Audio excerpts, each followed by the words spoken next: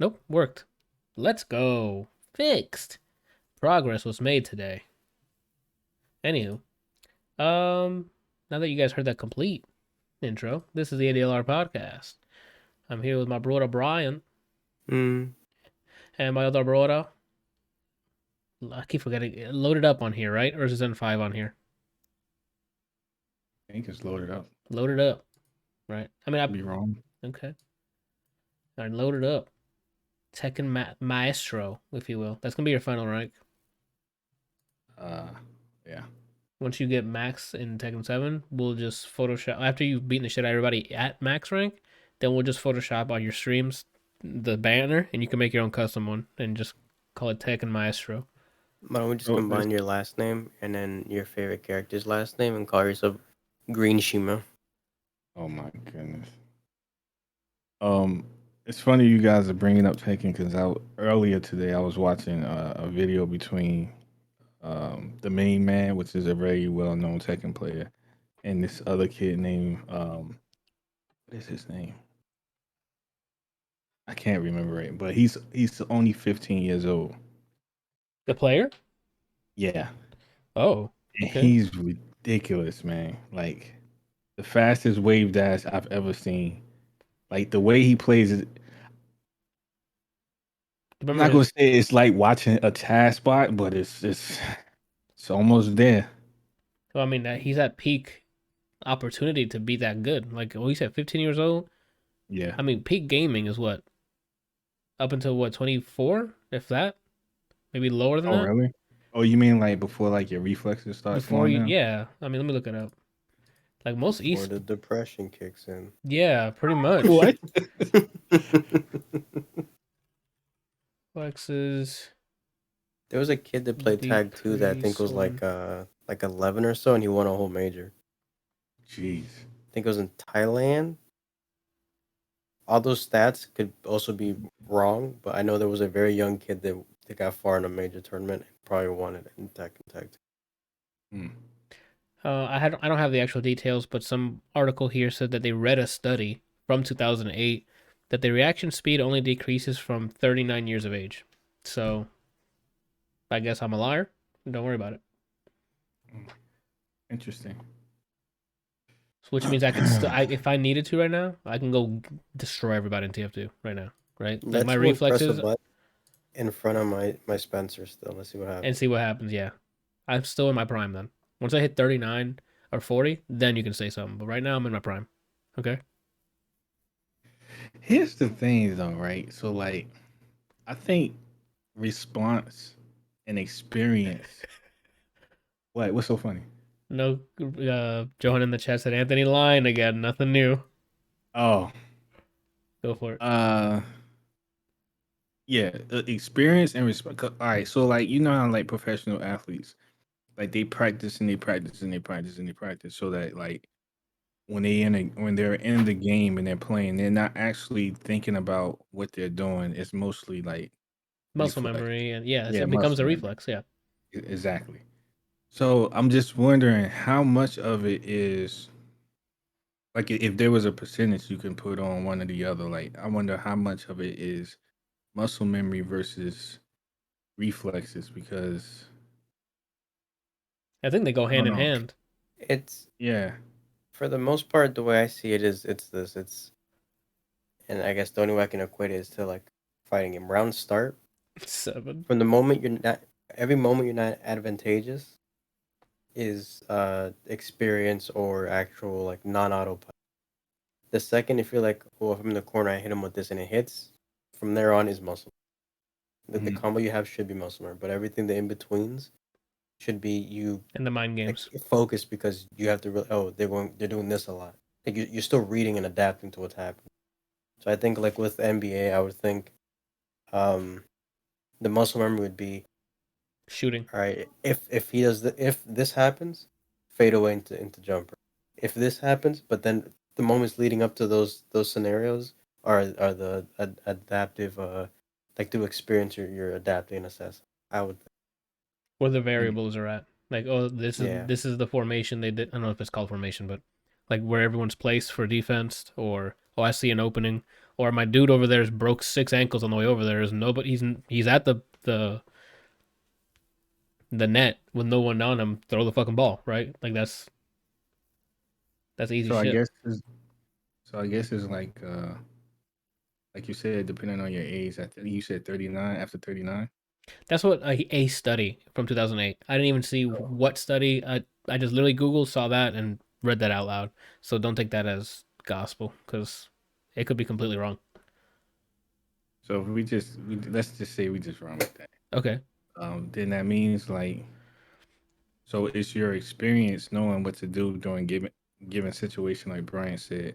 But then depending on if your reflexes slow down, that affects your ability to perform those muscle memory, because you mentally you still have it, but then there's another thing for you to physically like produce.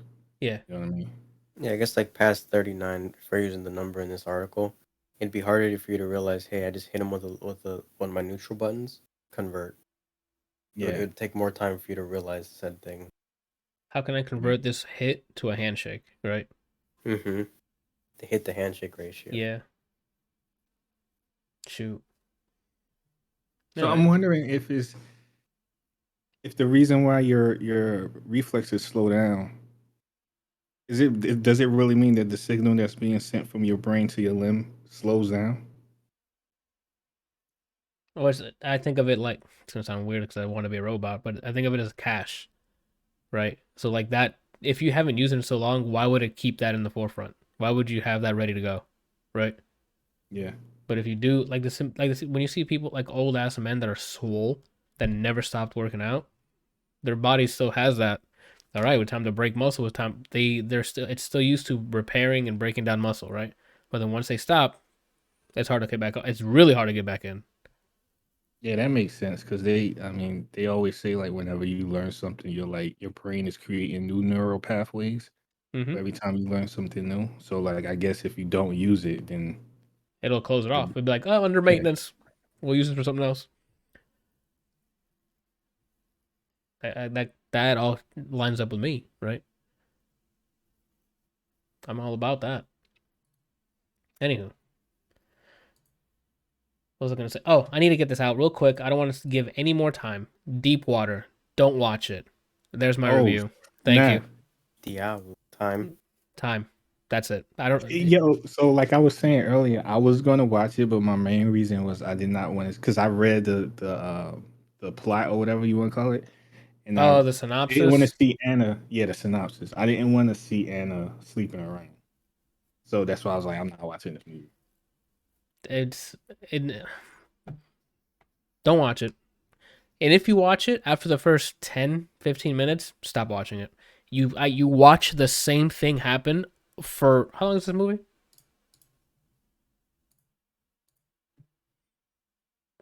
An hour and 56 minutes. For an hour 56 minutes, you see the same shit happen over and over again, and then credits roll. So is it really just her like dealing with multiple partners? Sure, it's Ben Affleck and Anna are married with a kid, and then somewhere in the beginning of the movie where I don't remember them ever establishing besides the synopsis, they have an open relationship. Then it gets to a point where every time it's happening or Ben sees it, he just gets mad. If you want to see Ben Affleck mad, watch this movie. Like facially, like the camera just zooms. Jeez. That's what that is. So He has some cool, like, don't fuck around or I'll kill you kind of like lines. Where I'm like, oh shit, he's about it. But and he said it to her? No, to the partners. Oh, okay. Like it's one of those things where he was okay. I'm sure he didn't want to break the family up. So he's like, just go and have your fun or whatever. But I want this family to stay together, kind of thing. Because he's like he already has money. He minted like a chip or something that the government uses, whatever. He's set on cash, right? So that's not a problem for him. But he just wanted like the family thing, and then I guess they were just not in love with each other anymore. I don't know. This movie doesn't do a great job of doing that, of telling you what the fuck the situation is. And then it leads to the partners. And then I guess whenever they decided that it would be open, because you don't jump in at the beginning of that. You're way in the middle. somewhere, right? Where it's like it's happening, you're like, oh, is this normal? Is this like, why is he mad? Is he not okay with this? Is he gonna do something about it? And then you're like, okay, I guess it's happening. Next partner. Loop it again. It happens in front of him. He's like staring them down. Mad. Something happens. New partner. Repeat. Oh, it's been 2 hours. Don't watch this movie. I'm usually the happy-go-lucky, hey, give it a chance. Don't watch this movie. 2 hours. It's just... So there wasn't even no closure at the end? Randall, the first frame is almost exactly like the last frame. And in how useful, like what's changed, the day, what they're wearing. Wow. She's the only one that's doing it? Or has been doing it too? No, he isn't doing it. Not on screen. Because it's like one of those weird relationships where he like loves her too much. Right. It's deep. Yeah. It was a deep water, Randall. And it was also a deep waste of my time. Right. So again, that's a 0 for 1 off rip on this movie. And that's all I want to say about it. Don't watch it. Right. Save yourself 2 hours, right? Matter of fact, I'm going to go right into my next thing. Because 2 hours of deep water. What's up? He got a 23 on Rotten Tomatoes. I wasn't kidding, Randall. 23rd best movie? No. I think I can name 70 better movies than that. There's no way it's number 23. 3 seconds. It's funny because the picture that's on the Rotten Tomatoes website is a close up of Ben in that face that you were talking about. Yeah, bro. The two I'm gonna go into. I'm giving you guys like a sandwich here, where it's just like what the fuck, something great, and then what the fuck, right? Yo, Johan heard 23 out of 10. No way. Anywho, the 2 hours that I wasted watching, not wasted, because I was watching with Janana, we were tearing it apart as we were watching it, because fuck, that was terrible. You could be watching Murderville. We finished watching the first season. It's 6 episodes. So Murderville is a parody show about like true crime and like things like SVU or like CSI and things like that. And this is, I mentioned this in the previous episode, but we finished the Will Arnett one. Yes. So what pisses me off is last week I was like, you know what? I'm done Megalobox. Let me start like a quick like small episode show. So I'm not here to watch Peaky Blinders, which I just remembered I haven't started yet. Yeah, same. I was like, I didn't know what it was called, so I typed into Plex Will Arnett show. That did not pop up. No, but you can search Will Arnett and then go to his thing, and it should show up everything he's in. So I did that, and I was like, this only works if I know what it's called. Oh, I guess. And I was like, fuck it. And then I started watching battle rap stuff on YouTube. That's your fallback. If this fails, battle rap. That makes sense. Okay, but yeah, it's Will Arnett stars. So the shtick is each episode. It's the same. It's purposely formulaic because it's like a little game for the guest stars. Will Arnett plays Terry Seattle. That's good. I don't think you understand how funny this fucking show is, bro. So his name is Terry Seattle. He's got a thick old mustache. Like he looks like the part he's playing, like the seasoned veteran homicide detective, agent. Mm-hmm. Each episode he gets a new partner, and it's like they work it in with the narrative or whatever, right? And each new partner is the celebrity guest. So within the now we've established that the celebrity guest does not get a script whatsoever. They're just, I'm sure they're told, hey, walk in here, you'll meet Will Arnett, and good luck. Right? And especially Will Arnett and everyone else does have a script. Right? Now, the formula is they meet, the new partner and him meet. Then they have like a one-on-one and talk for a bit. And then the captain will always come in and be like, hey, there's a murder. They go to the murder scene. They do, what is it? Not diagnosis. Like the Autopsy. autopsy, like right there and all that other stuff. Then they go speak to suspects, which is always 3. And then at the end, the celebrity guest needs to put together everything they've learned and guess who the murderer is, like the real murderer is. And that's every episode. But boy, you can tell the difference in improv skill depending on the celebrity guest. They even fuck with spoilers, but there's one where there's like a dead body with like stitched up, but everyone's a real person. So the guy is just laying there pretending to be dead, and Will Arnett starts playing with his nipples, and like you can see the guy just trying to not laugh as it's on there. It's great. So that's basically the shtick. Those 6 episodes, when we finish it, I'm like, I want more as soon as possible. Question. Go for it. Wow. Damn, that man was. Did they commit to whatever person the guest says is the murderer? Do they just commit to that's who did it? Yeah, they'll be like, "Hey, you guessed it, and you're right or wrong," and then they tell you what they missed and what as the viewer you should have picked up on. Like, oh, if you were listening, then this person said this or did this, and some of them are like blatant, but some of them are blatant to throw you off of who you might think of the murderer. So you yourself as the viewer are also with the guest, the celebrity guest, trying to figure it out. So this is Will It Kill, but murder mystery. Pretty much. No, Will It Kill? I think it has more. It's because it's 50-50 there. That's a higher stake. This is like a 33 split. Each of the episodes are short, half-hour stuff. Man, it is fucking hilarious. The guest this season is Conan, Marshawn Lynch. That's gonna be a funny episode. I don't think you understand. I need more of this show. And then Ken Jeong is another one. Sharon Stone and Annie Murphy, Brian. Annie Murphy? Yeah. Hold Ew, David. Coño, he just said it. I didn't say who it was. Oh no, yeah. Now I looked it up and I see. Okay, and then he said Sharon Stone. Yeah. That sounds so familiar. She's a Basic Is Instinct. it the Basic vagina lady? yes. Yeah. Okay. Like it There's is, a bridge in that. and there's a bridge in that too. So I mean, Interesting. There's people from this premise. There's people literally made to be on this. me and Daniela were talking about that. Like, if I see Bill Hader or Will Arnett, I'm gonna just buy the show. So here's the thing: Bill Hader breaks very often.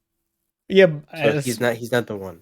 It's okay to Will break, Ferrell? right? Because I don't think you understand. The breaking sometimes makes Will Arnett break, and every time you see Will Arnett about to break, it does this, and he fucks with his mustache and tries to like go look away. Okay, so I guess if that's the case, Bill Hader's Will Ferrell, Yeah, it would be. Jason Sudeikis, what's his name? Bruce Almighty. No, I'm sorry. The other Stephen Carell. Brick, Steve Carell. Brick from Anchorman. Steve Carell. Yeah. Yeah. When I saw this, I'm like, Paul Rudd. If Paul Rudd's on that show, yeah. When we finished I think yesterday. Was it yesterday or the day before? We finished it and I'm like, they need to do an SNL season and just get as many SNL people in this show. more people who happen to be on SNL. Kristen Wiig Yes. do a phenomenal job. Amy Not Poehler, SNL, but he's from the sitcom The World, and he's also Star Lord. He's really good at improv. That's true. Chris Pratt. Like, this is I hope Netflix doesn't just look at the numbers and be like, how many people watch this? They need to make more of this. I had a fantastic time watching it. Yeah, well, I wanted to see it. I'll start it soon, probably. I just forgot the name of the show, so I just moved on. I panicked and just went to YouTube. Yeah, he's like, oh, welcome to Terry Seattle. And the first picture of this fucking guy you see is like, okay. It's Oh my god. What happened? You guys mentioned Chris Pratt, so I looked him up to see what movies he's working on. He's working on some movie that's coming out, and well, it doesn't even say when it's coming out, but the title of the movie is called Cowboy Ninja Viking. That has to be a parody movie, Randall. Like, that has to be. Well, if they did Cowboys versus Aliens, maybe this is real. Oh, yeah, that movie was such a no. Isn't that from like a comic or something? It is? Cowboys and Aliens, I think. Or versus Aliens. It's just that I don't movie know. was not. Like, Daniel Craig was in it. I know, when I think of Daniel Craig, I do not think Cowboys. I'm not like, oh, Cowboys versus Aliens. Or Harrison What's Ford. I think Harrison Ford was in it. What's funny is when I think of Daniel Craig, no, normally people are like Bond. James Bond. Yeah. In my head, it's Knives Out. Oh, good. Yeah, From that's true. like after I saw that movie, I'm like, this is what I want to see. This is Daniel Craig. Got it. Mm-hmm. Yeah, That's I want nice. to see Paul Rudd on this show. You haven't even seen the show, Brian. You know if you're gonna Because anything like this. improv, I see the Anchorman cast essentially. That's Yeah, why. the beauty about this show, I had the same feeling when I first saw Hot Ones, where I'm like, this premise will go forever, and I think this can work too. Okay. Because I mean, it's formulaic for a reason. Like all these crime shows sometimes are just okay. It's for like the details are different, but it ends up the same way at the end, right? They figure it out or whatever. Go ahead, Well, there's only one person I never want to see on this show. Jimmy I'm Fallon. gonna send it to. Yeah, I never want to see him on this. Yeah, because he'll break. Ken was almost at that level because Ken goes in there because he laughs when he's like either nervous or doesn't figure it out. So there's parts where he'll just break, and then they'll have to figure it out. Oh, I missed another person. Kumail Nanjiani. I'm butchering his name. Kumail Nanjiani. The dude that's in Eternals. Yes, he's in this as well. If Bobby Lee is on this, that episode is gonna be fucking stupid. Yeah. I hope he gets a green light for more seasons. I hope he gets more celebrities, like more episodes per season, because we flew through this. Like, oh man, yeah, I go and watch it. It's a complete 180 from what I started this episode with Deepwater. Go watch Murderville. It's definitely worth your time. And see if you can figure it out. And see if you can figure out who the murderer is too, because you won't know for sure until at the end, like the celebrity guest. So I would get too invested in that. I can already feel myself getting invested. You told me the premise, and I'm invested. Yeah, like, and I'm doing casting for them. We're gonna be the cast and directors.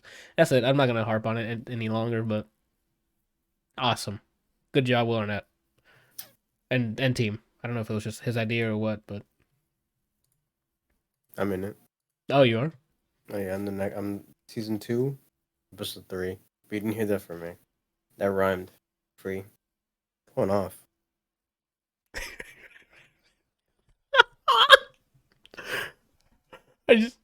There's gonna be one fucking one-on-one, like when they're talking to each other, like getting to know each other, the partner and him, where I almost had it was tears, like literally swelling up. Marshawn Lynch. Who was it? No, it was actually, I think, was it Kumail Nanjiani? I forgot who it was. Do they curse on this show, or is it kind of clean? No, you can. That depends on the guest, right? Like he himself, like Will Arnett, I don't think does. But like if the guest curse or whoever curses, they keep it in.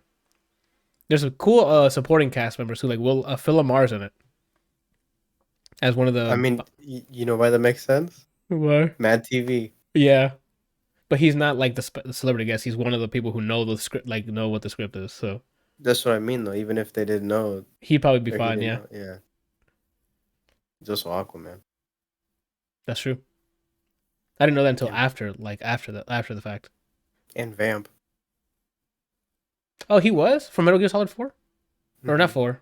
Yeah, it was 4. Well, 4, yeah, as well. 4, and then another, I think, other things he was. Oh, his range.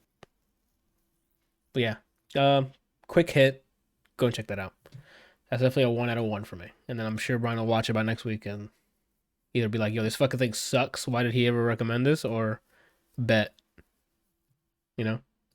I don't know, Randall, if you're gonna watch it or not, but for a laugh, you might want to. Anyway, Randall, you saw that Anne Hathaway Mobile Suit Gundam movie, right? Mm-hmm. I just had to throw that in. I want to see Brian's response to that. It's just called Hathaway. It's just called Mobile Suit Gundam Hathaway.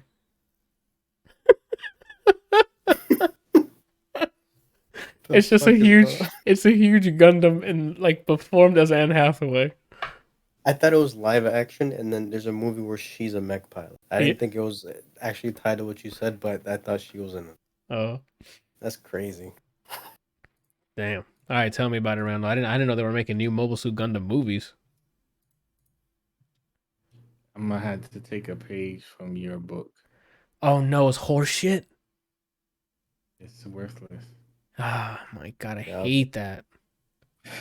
It wasn't worth watching. Damn it. How long is this movie? Hold on. How much time did you waste? Like an hour and a half. Oh, that's not so bad. I guess that's typical anime movie length, right? Mm-hmm. Damn, that sucks. Not even like the mech battles are cool, at least, You don't really see that many mech battles. because I it's think that's mostly political stuff. Then yeah, it's political, but well, not really. It's weird. It's really weird. It's like it follows people like you end up following these people That's and they're I not said it even all. important. Like you're waiting for the rest of the movie to reveal like this person is really important. This is why we're following them, and they're not. so are they supposed to be like the vehicle for the audience, or I don't know, what man. I don't purpose know do they? what their goal or what their purpose was when they shot this movie. Like, okay, the best way I can explain it as far as like the Gundam fights is, do you remember the first Godzilla movie? Of the remake ones that just came out? Yeah, the one that had old boy from Breaking Bad. Yeah, the beginning 10 minutes with Bryan Cranston. Yeah, Bryan Cranston. Yeah, I remember that So, movie. but I mean, do you remember how much they showed Godzilla? Yeah. Maybe like a third. They barely showed them. They like you might see the camera was focused on the people getting out of the way, and then you would see like in the Oh. background you would see like uh Godzilla doing whatever, like battling the military or whatever. So they try to keep So it like feet on the ground, like humans watching the spectacle instead of zooming. it Because was a go lot ahead. of it was people. Well, it was people in the background, obviously running for their lives, but the camera or the focus was on these two characters, so the camera was mainly on them while a fight might be ensuing, like in the wood. It really was in the woods. And when it's in the city, but like a park area. So you're just basically watching them like dodge debris and not getting stepped on and explosions and stuff like that. So it's But like one time they did have a mobile suit fight was a Gundam versus a Gundam, and that fight was so short. It was just like okay, so it's not. and then the movie went off. So it sounds like it was like a movie about people who aren't necessarily soldiers. Then they were just like showing them surviving an actual attack, or No, no. So the main guy, his name is Noah Hathaway. oh, relations So or no relation to Anne Hathaway. no relation to Oh, Anne Hathaway. okay, just in case. Um, but so his father, I forget what his father's first name is, but his father is a very well known soldier or general or whatever. And apparently Noah built up a reputation that everyone knows about him. Apparently that reputation is like loosely followed because everyone thinks he's like this super soldier. Well, like a really good pilot, in other words. Okay. But when he explains the story, he says, "Well, I just stole a Gundam one day, and I guess he went into battle and it was like kicking people's butt." So you find out that Noah is also another guy who was supposed to be perceived as the antagonist of the movie. Okay. You don't. There's no explanation as to why he's both people, or if he really is both people, because some people call him one name, and some people call him the other name. He answers to both. Okay. So it's like there's a movie. So you have a movie where every movie is supposed to be an antagonist versus a protagonist, but in this movie, he's both of them. So it's like people trying to find out So that was where supposed he is, was that not supposed to be knowing the that twist, or that something you learn on I don't. early? It's not really a twist because they kind of like, Tell you that in the beginning, or yeah, not in the very beginning, but close to the beginning. And it's because this girl, who is also being followed throughout the movie, that's with Noah because they were on a plane that got taken over by a group of people, and Noah and another guy who happened to be, I think he was like a lieutenant or something like that. They pretty much diffused the situation by taking out the guys. But the girl, I don't see why she's important at all. She can't fight. Mm. She's not like she doesn't like she's not related to somebody that's really important. She can't fly a Gundam. She's just a regular girl. Is But she supposed to apparently she's be? good at huh? Go ahead. No, go ahead. Sorry. Apparently she's good at like basically telling if someone's lying or if someone's hiding information. So it's Bruno. So all she did was yell in the middle of this hostage situation on the plane. She yelled out, "Oh, they're not the real people. Like they're supposed to be imitating this terrorist group or this group that is being perceived as a terrorist group." Uh-huh. She yells out, "They're not the real people." So then that's what prompts Noah and the other guy to start attacking them, and they like take them out or whatever, and take the plane back over, and then they landed, and then the police puts Noah not under investigation, but they want to ask him questions since he was involved in diffusing the situation, So not knowing that Noah is the leader of that group. does the girl know? She suspects. What do you mean? No, but back up. There's no suspects, Randall. If your power is you're lying, It was never confirmed in the movie that she knew for sure he was the leader of the group. okay. But she made assumptions. Like she kept alluding to like, "Are you blah blah blah?" And he, of course, he would deny it. No, I'm not. But then And he then would meet winks with at these. her. Yeah.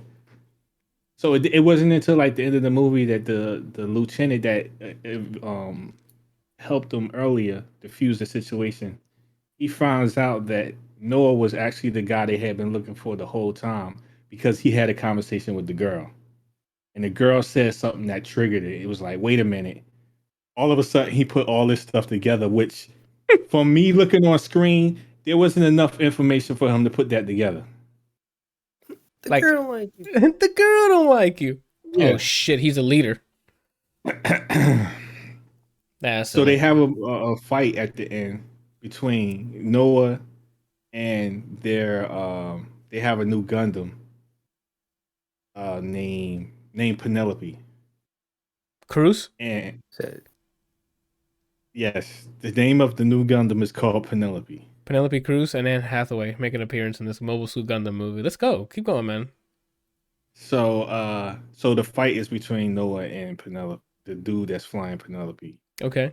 And that's me. it wasn't even like an impressive fight.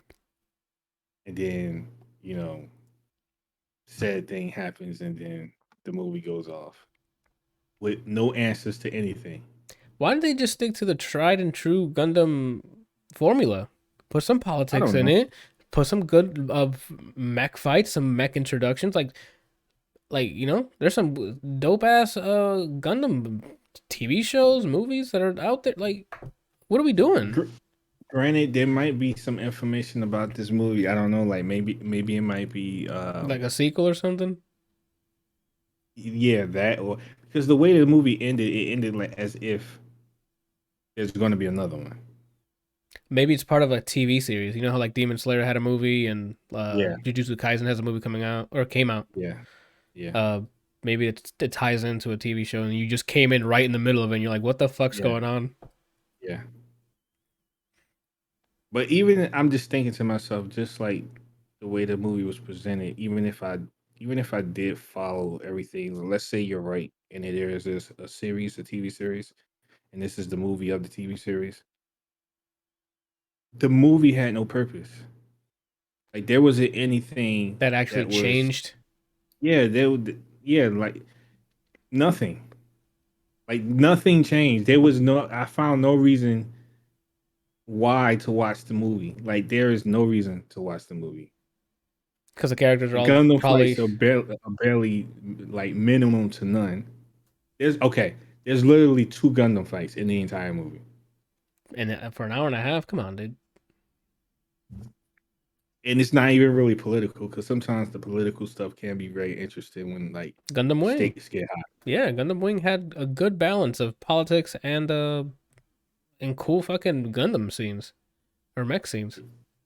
Instead, this movie was just about following these two people, and then it's like, okay, why are we following these two people? Oh, well, this girl really isn't important because you find out she's just some girl that is flying from one place to another. To like the reason why she was on the plane was because she was flying. I forget what to the location, but she's going to check out an apartment that was given to her. Okay. That is her only reason for why she was on that plane. Nice. All right, so yeah, I'll skip that too. Right? Well, not two because I had to go through deep water, but you said we each collect, respectfully saved each other some time. All right, so just that's a zero. That's a nah then, right? Even for that's just a nah. Don't watch Mobile Suit Gundam Hathaway. It sucks because so normally when stuff like this happen, like there's been plenty of times where like I have the intentions on watching something and like I like look through I get to a point where I want to watch a movie and then I will see that movie that I said I'm supposed to watch, but I don't feel like watching it, so I skip over it to go watch something else, and I just keep putting it off, putting it off. Usually, when that happens, and I eventually watch the movie, it ends up being really good, and then I go through this period where it's like, man, I can't believe I waited this long to watch this movie, and it's this good. All these times I skipped over it. This time was like maybe there was a sign telling me I shouldn't watch this crap. Yeah, it's like, yo, you should not. You should remove this from your backlog and never look at it again. That's insane. Oof. Well, it was a pretty fresh take there on the Hathaway Gundam movie. So, Brian, what do you think of Fresh, the movie, right? I said boom, I watched it, right? Let's get it. Okay. The movie's like 1 hour and 54 minutes around that time. Yeah. Right? I guess to respond to your review of it, going in, just because I knew what kind of genre movie it was. Actually, because it's a movie, I like to look into. I like to beat the twist to find out what the twist is. Yeah.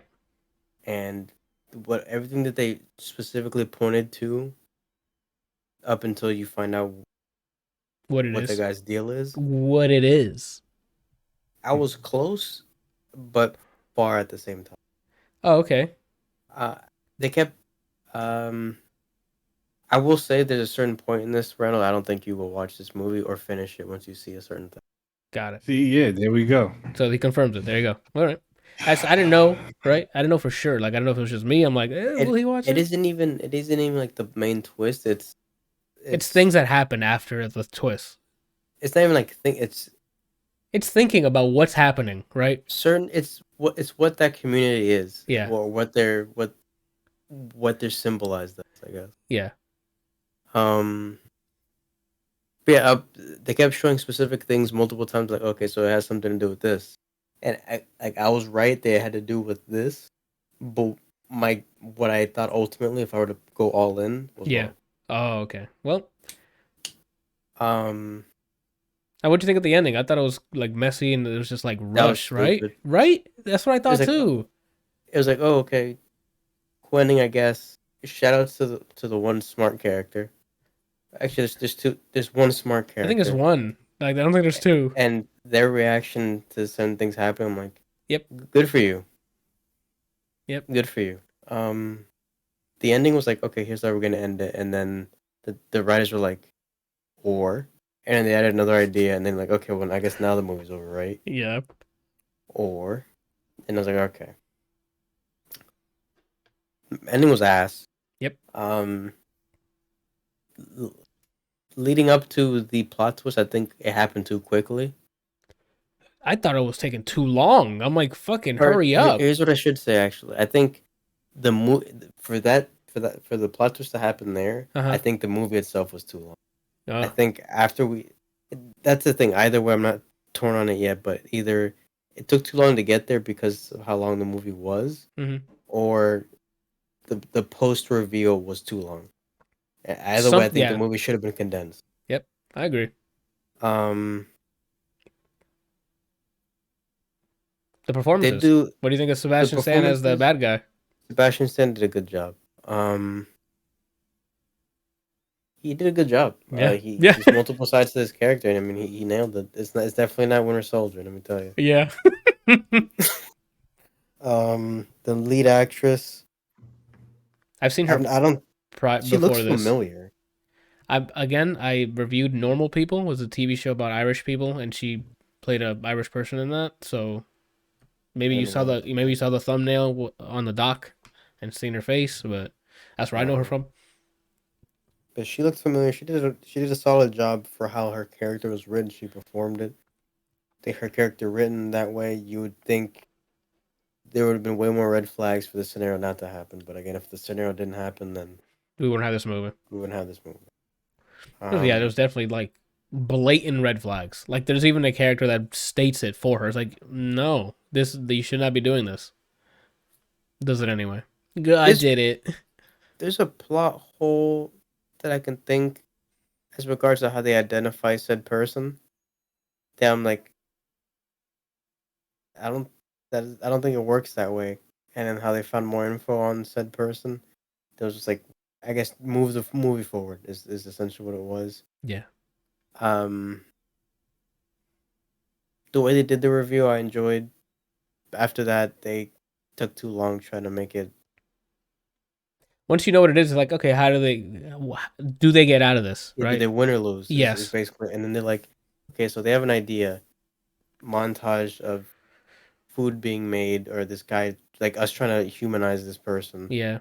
Just cooking. And then they're like, oh, and then could have been an hour and a half, could have been an hour, could have been just like a long episode of Black Mirror, thrown in like a laptop. And I it can would have see been that. So overall, it was cool. To answer your question last time, the Buffalo Bill to this guy, I don't think it's really close. Mm-hmm. Oh, really? But which side? Buffalo Bill is worse?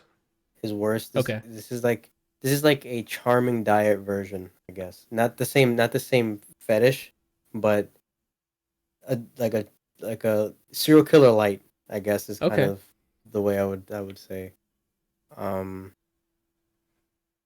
If you have almost 2 hours to spare and you're bored or on something, give it a shot. Or on something?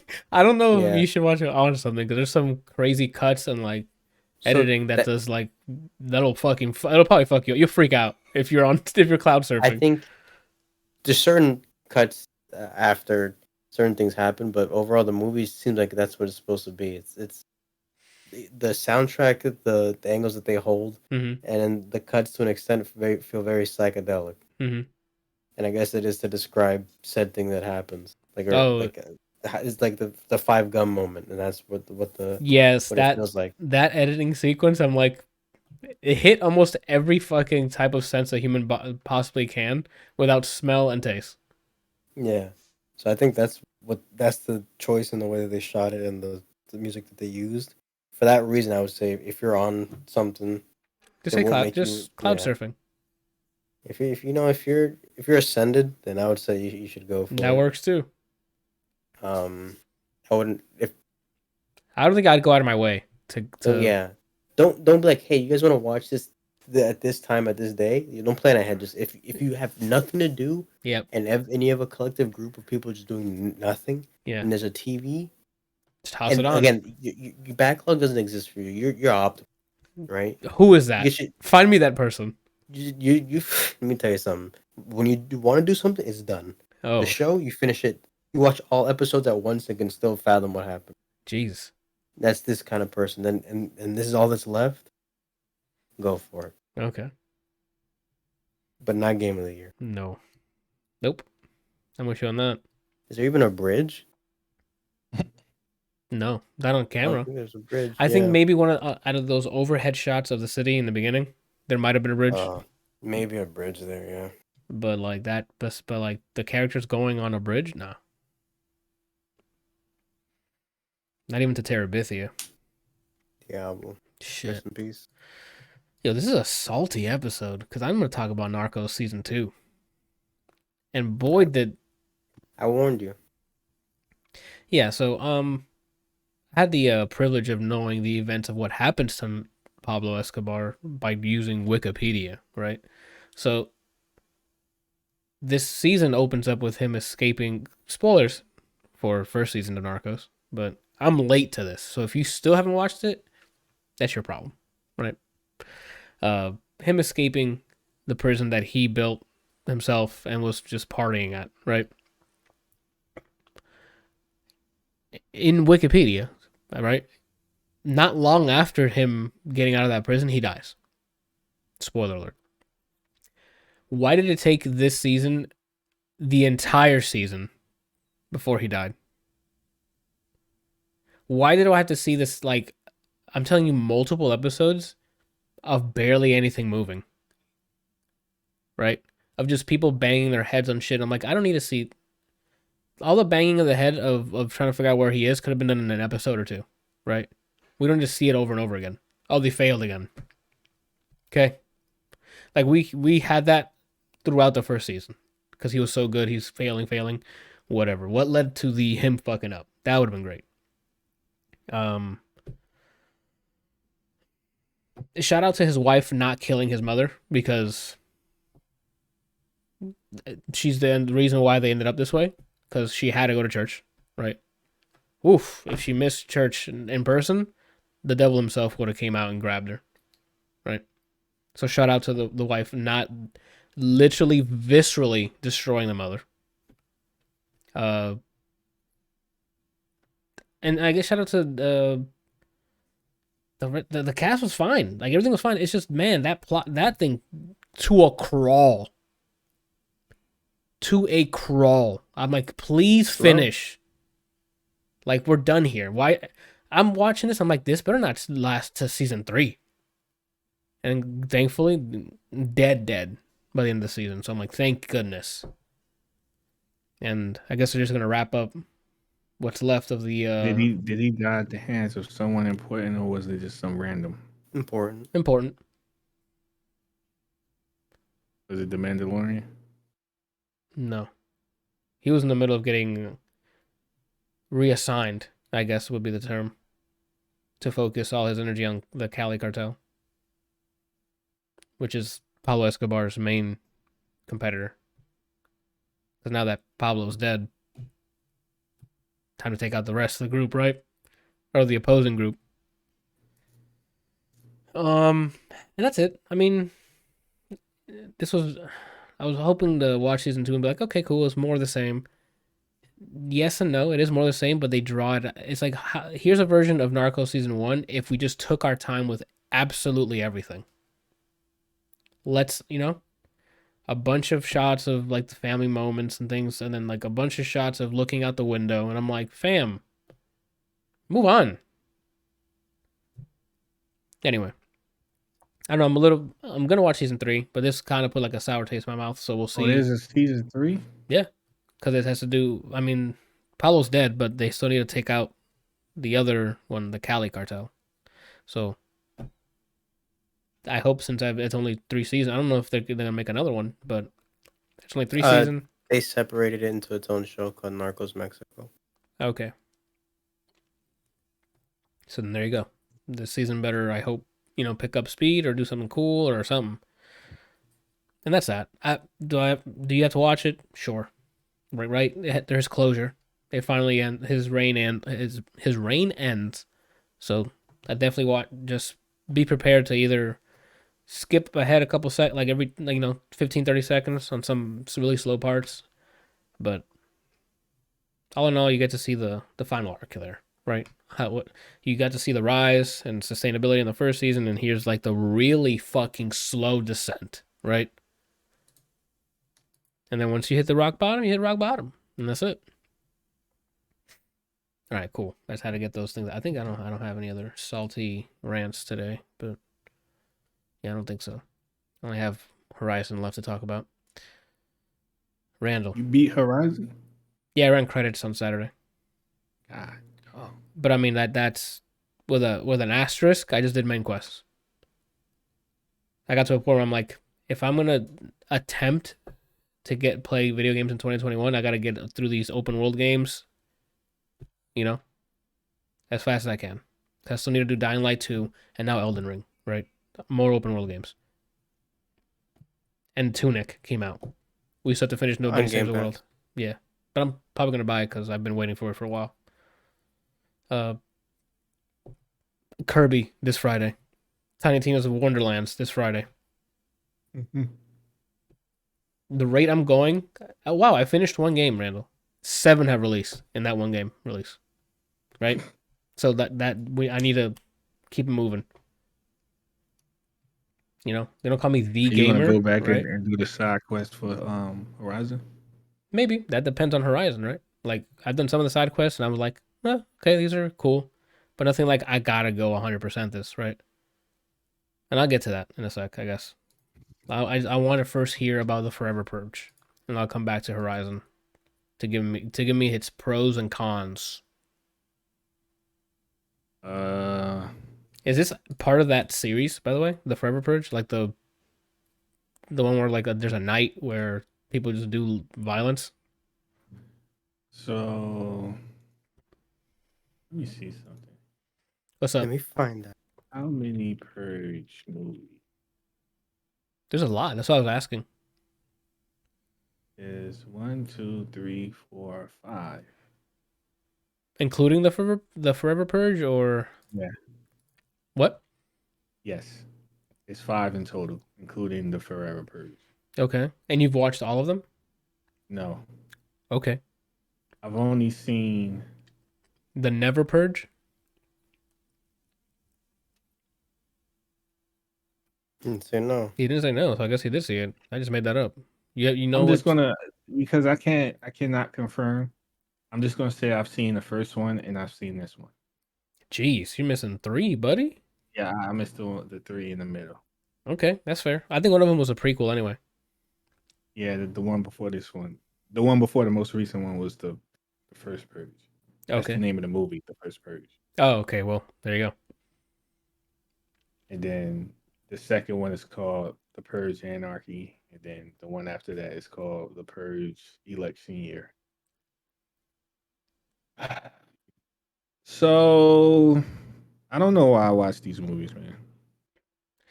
I was gonna ask you, like, the things that you don't like about the movies. These types of movies just literally, they don't lean on them; they just fall on them. The tropes you hate, the character decisions they make, like that, they do that on purpose. That's what they do. Yeah. Like, I'm not sure why you do watch these. Well, in my defense, I've only watched the first and the second in this one. Okay. I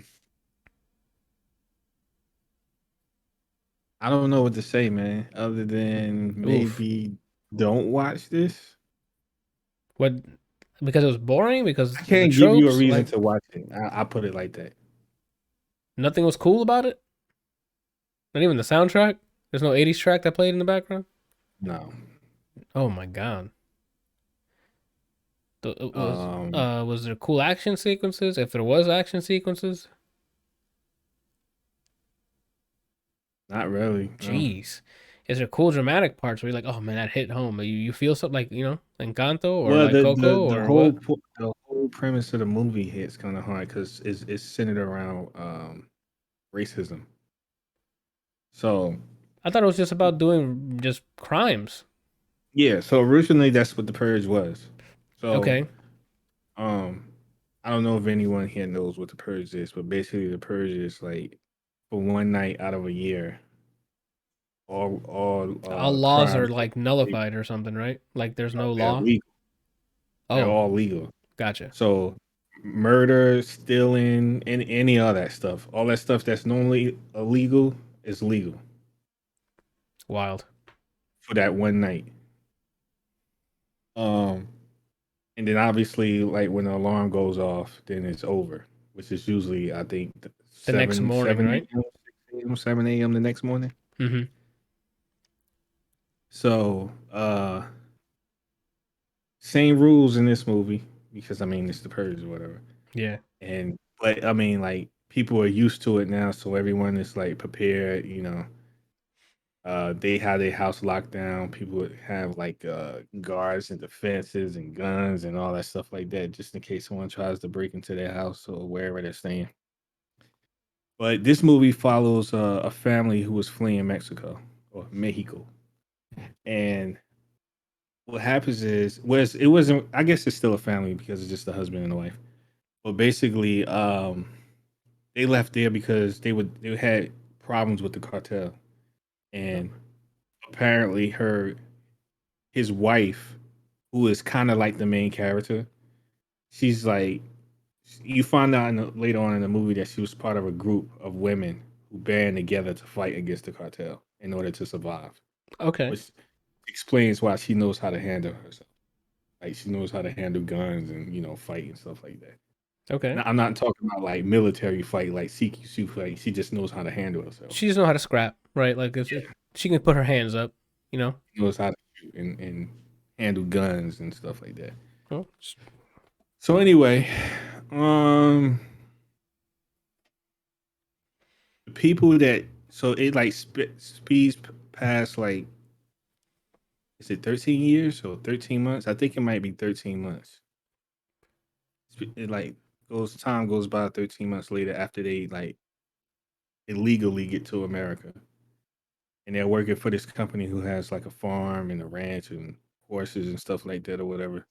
And the son of the guy who owns it, well, I guess the whole family owns it, but the son doesn't like the husband, okay. and he's like kind of racist. Like he feels like everybody should be with their own type deal. Okay.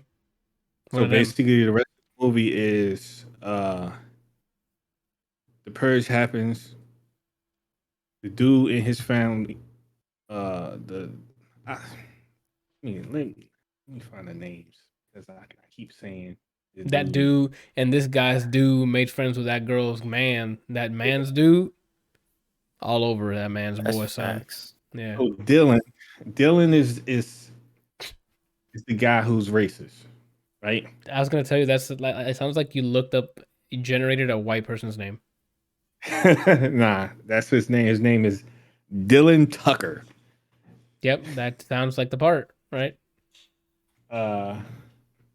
So Juan and his wife, Adela, I guess that's how you say it, Adela. Oh, Adela. I thought you just said, at least said Dylan with an A. I'm like, there's no way they named her that. Adela, yeah. Adela. Okay. That's a Hispanic Adele. Yeah. She is the girl I'm talking about. And her husband is Juan. Okay. So basically, Dylan and his family, it's him, his father, his sister, and his wife, and they're all inside a house, and they're like locked up there. Juan and his wife, for whatever reason, they're not staying. I guess they're not staying in the house that they're staying in because it's just like a house. It doesn't have any protection. But he has a friend who, along with a lot of other Spanish families, are getting together, and they go to this location where they pay these military guys to protect them inside like this warehouse. So purge happens. Next morning, they come out. You see all these dead bodies from people getting murdered and stuff like that, and people washing blood off the concrete and all that stuff like that. The dude on the news is talking about the purge and blah blah blah. Annual purge, this and that. Dudes get shot in the head while he's on the news live. What the hell? Yeah, by somebody off screen. You don't ever see who shot him. Oh, nice. So basically, this movie is about how like there's a group of people who are tired of immigrants coming over, and they feel like they've destroyed or they are destroying America. So they enacted the Forever Purge. So instead of the purge ending on 7 a.m. or whenever it ends the next morning, they kept it going, and they're going to keep it going until they kill all of them.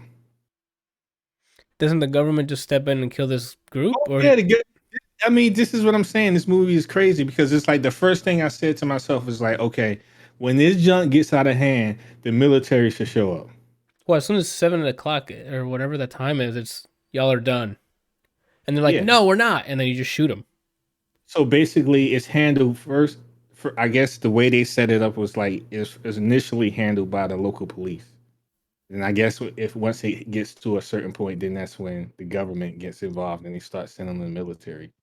Okay. Well, by the time the military shows up, it's like way out of hand. Like cities are on fire, and then this group, it's not just in one location; they're everywhere, all over the United States. Oh, okay. And they're like attacking military bases, like blowing them up, police departments and stuff like that, which is making it more difficult for them to retaliate or like try to keep and contain, Gotcha. which is kind of unrealistic to me. Yeah, I mean, But I don't know. I mean, like I That don't seems really know what goes on as far as the military is concerned, but their job is to protect the entire United States. So I'm pretty sure they're on watch like 24/7. I mean, I yeah, don't see how like, some group rolled up on them and blew up their base. it seems a bit odd, Randall. Right? Yeah, So unless that, there was it would be more believable if some of the people that were part of the group was inside. You know, like it was an inside job. Like they helped them get in. I guess so. Like if They didn't show that in the movie. It was just like broadcasted on the news, like, oh, such and such base military base got blown up, blah blah blah, whatever.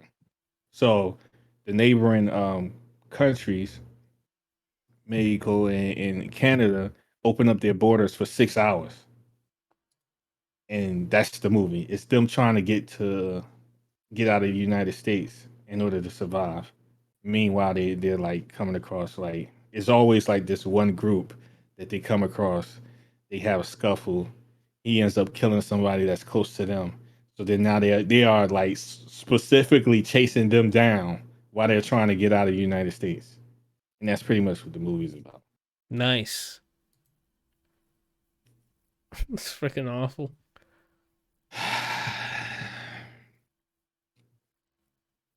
Okay. Game of the year. That sounds like it's not.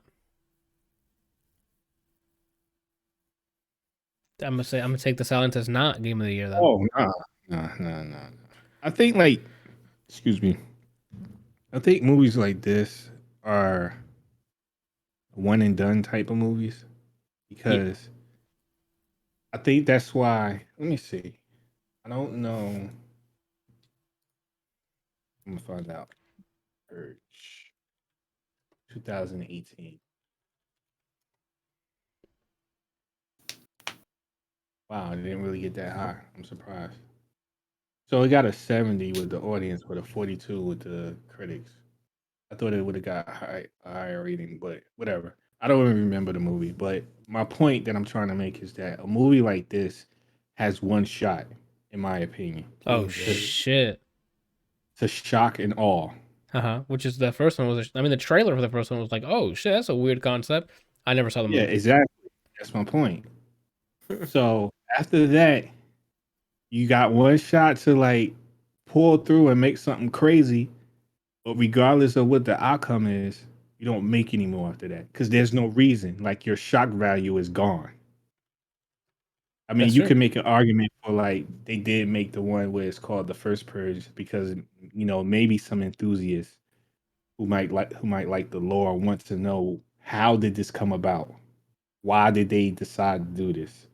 So they made a movie called The First Purge. I could understand it. But at the same time, you could have covered that in the first movie. Yeah, like an intro video. Back Yeah. in 1999, we thought, hey, we want to kill things. So, day before Christmas, we kill things. Welcome to the Make Purge. 4 other movies. Like why? We already know what's it about. Like the whole point of it. It's just going to be more of the same. Yeah. So the shock value is gone. At least in my opinion. I guess there are just some people who like to see people get murdered in movies. They do. I'm I mean, not one of those. there's what's it called? Is it gore porn or something like that? Gorn. Yeah, I guess. something like that where people go to like to see slasher films, or like the Saw was a huge thing because they like to see people get mutilated. See, I'm not with that. I can't sign up for that. Like, Some people I'm, like that. um, Gore porn? I think I said it wrong. That sounds like I just made up some weird shit. Gorn. Yeah, it might be gore gore. fetish. That's Yeah, not like right either. something like that. I don't know what it's actually called, but But yeah, so again, like I feel like this movie was unnecessary. Honestly, the only reason I watched it was because I was looking for something new to watch, oof. and I was literally like sifting through all the movies for like a good 20 minutes, and I was like, well, why not? And that's what you Plus, landed on? Right, huh? let me give you a hot fucking tip, right? But here's the thing: I already know what you're gonna say. You don't. Well, I don't. I don't know what you're gonna say, so I'm gonna let you say it afterwards. Okay. But the thing is that when I look for movies, I don't always look for. uh I mean, I do look for the newest movies, stuff that I have not seen first and foremost. But then, as a subcategory, it depends on what mood I'm in. So it might be a movie that's new, and it might be a comedy, and it might be well known, and it might be really good, but I might not be in the mood to watch a comedy. So I think I might have just been in the mood to watch something that was action related and kind of like what's the word I'm looking for? Like fast Sponge. paced. What you say? You said said the word squash? sponge. Yeah, you never seen something with sponge in it? I don't know what that means. But go ahead. What was you gonna say? IMDb, the movie DB, and Rotten Tomatoes have a list of top movies of all time, right? Yeah, that's what I'm saying. I do that. I go there and Random, I hey, like not random. If you haven't seen the first top 100, you should never try to figure out what to watch, right? that. See, that's the thing. I can't do that You because you can. there's You there know how you there's can? Because I can do that. And you're human, no. right? You and I are totally different when it comes to stuff like that. We're human. You are the type of That means you can person. do it, right? Look. You are the type I of can't. I'd person. like to look, Randall, but I see as a logo, right?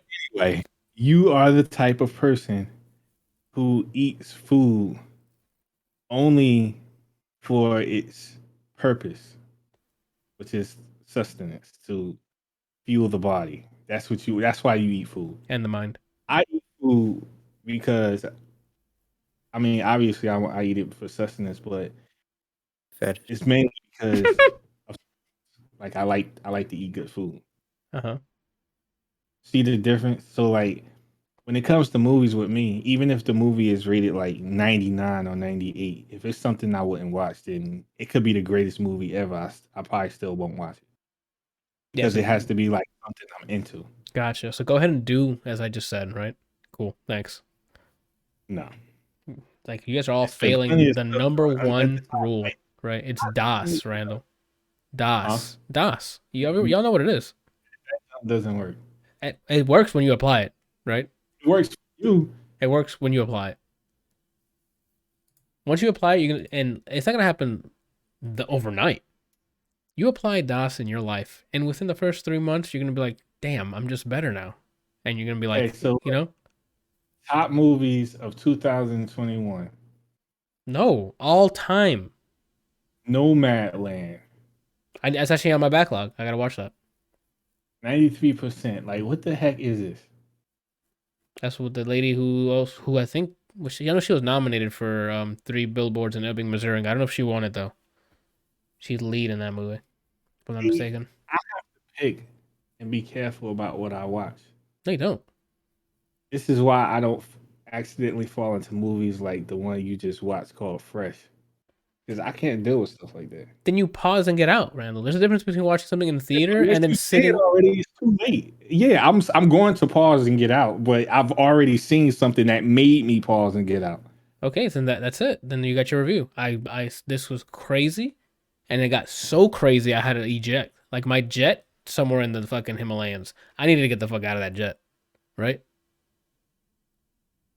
Right? right? How much water you got in you? I'd rather somebody tell me than me having to. I'm sure you would, experience Randall. it. And I'm sure you like to be on a chair on a spaceship, just driving you around and drinking slushies all day. I'm sure, Randall. Right? Why slushies? Wally. Oh, I mean, I thought that was a pretty clear reference, but no, I'll work on it. Right? I'll work thought on it it. was like fruit drinks. It don't matter, Randall. All I know is that most of that was Wally, and then no one picked it up. I'll work on that. Right? I'll make it more apparent. You guys type in the chat if you guys, got that reference before I spelled it out. Right? I got it, but Wally. I think you threw me off because you said slushy and then you said driving because they weren't driving. The chair drives you. It was flying them around. That's driving. I guess I don't see how that's driving. It's more like flying. You're driving. Yeah, when people drive a helicopter into a building, They don't drive. They do both. You can do both. You can have fly to be on the ground and drive. No, you can drive something into something else, right? Like if you have a screwdriver, you drive it into something. That's it, Randall. That's it. See, Randall, if you were DOS, none of this conversation would have happened. You would have been like, got it, right? No. But here we are. But here we are again, right? I think DOS has some unbelievable expectancies from a human being. Yeah, but that's I think it's subjective. No, that's the beauty of DOS. It's very objective. The decisions are made objectively. For you, yeah. No, Randall, that would make it subjective if it's for only one person. You're not even paying attention. You're the only person that's using it. Because no one has the cojones to try it, Randall. That's what I'm saying. You see? You see the difference? I mean, I don't follow it because I'm BD. I'm just build diff. So I don't really need to follow and that's hard to come by. That package is hard to convert. What's up? I think the dude that crushes the egg with his bicep, that's what ruined that scene for me. Because I'm like, really? I'm sorry, man. I'm not following. The saying that Brian's saying, like, I'm built different. I didn't say different. The first time I heard that was a TikTok with this dude. Well, it was somebody making fun of him. It was a guy, this black kid. He crushed an egg with his bicep. Okay. Like he was doing something like it's really difficult to crush an egg, and then he's talking about, and then he like gets real close to the camera and says, "I'm built different." Okay. Well, I mean, I didn't say different though. Huh? I didn't say different though. You said built div, right? Built diff, yeah, that's different. That's different than built different. Different and different, two different things, Randall. Built div and built different. There's no V. There's no V in it. There's two F's. What does the div stand for? That is the word, Randall. It doesn't stand for anything. I'm built as diff. What the heck does div mean? What I'm built of. Yeah, Randy. What part of the built diff are you not understanding? Okay, all right. Y'all speaking a different language I'm unfamiliar with. Okay. Speaking a diff language, Randall. Oh, okay. All right. Jeez. I'm sorry, man. I'm trying to keep up. The Kardashians or us? I'm still on English and human beings, Homo sapien language. I knew you needed an update. You see, now if you follow our 26-step DOS program, you'll be right to help here with us, right? Anywho, time to move on from this trash bit. Brian. MOTOMAMI. So I don't know how to pronounce this. I don't know if it's Rosalia or Rosalia. She's Hispanic. Rosalia. It's Latin music. So it's probably the former. Why'd you say it like that? It sounded like you had some fucking derogatory tone there. It's Latin music. So everyone knows that when I add an accent, it's not like something out of the norm, you know? Okay. Randall, what were you saying? Sorry. No, I was asking Brian, is it music that makes you want to make love? There's some songs in here, maybe. But overall, I would not say that's the... Yeah, I heard some tracks. Overall, it's the theme. So that's the thing that I can get into immediately. So this album... It's a collection of songs. it's a collection of it's more than that. So her as a singer, I've heard her every now and then. I'm like, oh, she sounds good. And this album as like an album itself, or the songs themselves have cool ideas, and there's always something that I'm like, this is cool, but then the chorus and it's weird, and I'm like, it's cool, but I don't love it. And I move on to the next one. Oh, this is cool, I don't love it, and it's crazy, and I want to listen to it again, see if anything grows on me. Kind of like I know a lot of Drake songs. I'm like, this is stupid, and I hear it a couple times. And then you're like, oh fuck. Yeah, It just the takes a screen while. crack. Yeah, it takes. Sometimes it takes a bit for it to hit you. Yeah, it's that it doesn't even feel like an album that you would listen to just digest music. This is kind of the same thing with FKA Twigs' album that I reviewed earlier this year, where it sounds like it should be placed in shows or movies. A lot of this stuff, Mm, the way that she transitions, it's very artsy, and it's very like, what the hell's going on, but in a way that would fit a movie, I think, really well. And her alone, like, let's say whatever the song, if you don't like what the song's about, how it sounds, her voice alone is the one thing that is like undebatable for me. She's really talented, and it's like a it gives me Bruno Mars vibes, where her voice can fit so many genres or so different generations in that regard. Not that she sounds exactly like Bruno I Mars, was but like, what did I listen to? just for the range of what they can do with their sound. Mm-hmm. Um, 16 songs, 42 minutes and 25 seconds. We'll say 43 minutes. Fuck it. If it's 1 second over, we add a minute. That's what we do. 43 minutes. Um, Sure. I'm just saying stuff out loud. There's 4 songs I hearted. Um, the last being kind of like Pinocchio's story from 808s and Heartbreak, where it's just a live performance of the song. But her singing, chef's kiss. Okay. It's like a lot. It's like, I don't know if flamenco music is really the way to describe it, but it's very old, like bolero, fucking like ballads. Okay. That's what her voice sounds like to me, which is it's refreshing, and it's not heard a lot now. Even the song with The Weeknd is growing on me, despite me not liking his part. It's growing on me. Uh huh. Um, that's all I can really say. It's quite a ride. I don't think it's an album you listen to just for music. There's some songs in here that fit that. It's like a collection, but it seems more like a portfolio for, hey, we should put this in this scene. In that regard, it would nail its job if that's what they're trying to do. I know Vince Staples said is in his Drink Champs interview that he started making music as if, oh, this could fit this kind of movie, and that's how he actually makes his songs now. With like the thought of what visual medium it'll fit.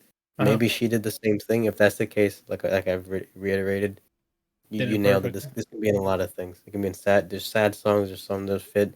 Someone being a boss ass bitch. Like, if somehow, which I don't think they would, put one of these songs while Harley Quinn is exploding something, there's a good chance some of these songs would just fit We'll fit in right there. in there. Yeah.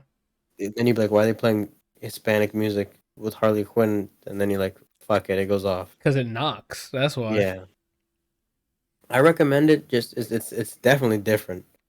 Um, I recommend people listen to it. If not for you, like, hating every song, how it ends up being, like, overall, at least just to see how talented she is Okay. vocally. Sounds cool. So not game of the year, but you played it throughout the year.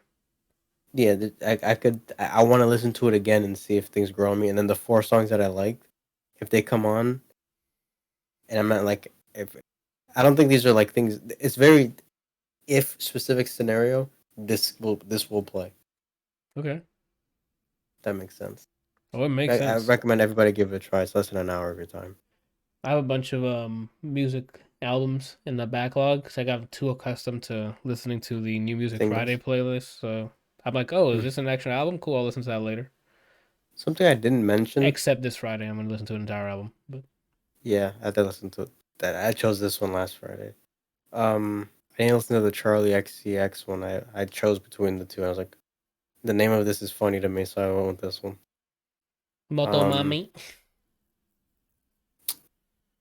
There's a song with Justin Bieber called "Attention" that came out this year. I don't know if it was last week or Last the week week, before. I put it But on that the. shit is that shit. I keep forgetting. I'm trying to do what you were doing, where you you download the link and then you put the song. It was But then on I get one. home and I forget. Oh, it was on one of the Instagram stories. It slaps. The kid did a good job with that. That song, it's so far highlights it for like just songs. Yeah, And I'm not gonna include the weekend because I'm not gonna just suggest a whole album to you, basically. I But will. 103.5 Down FM is the greatest track of all year.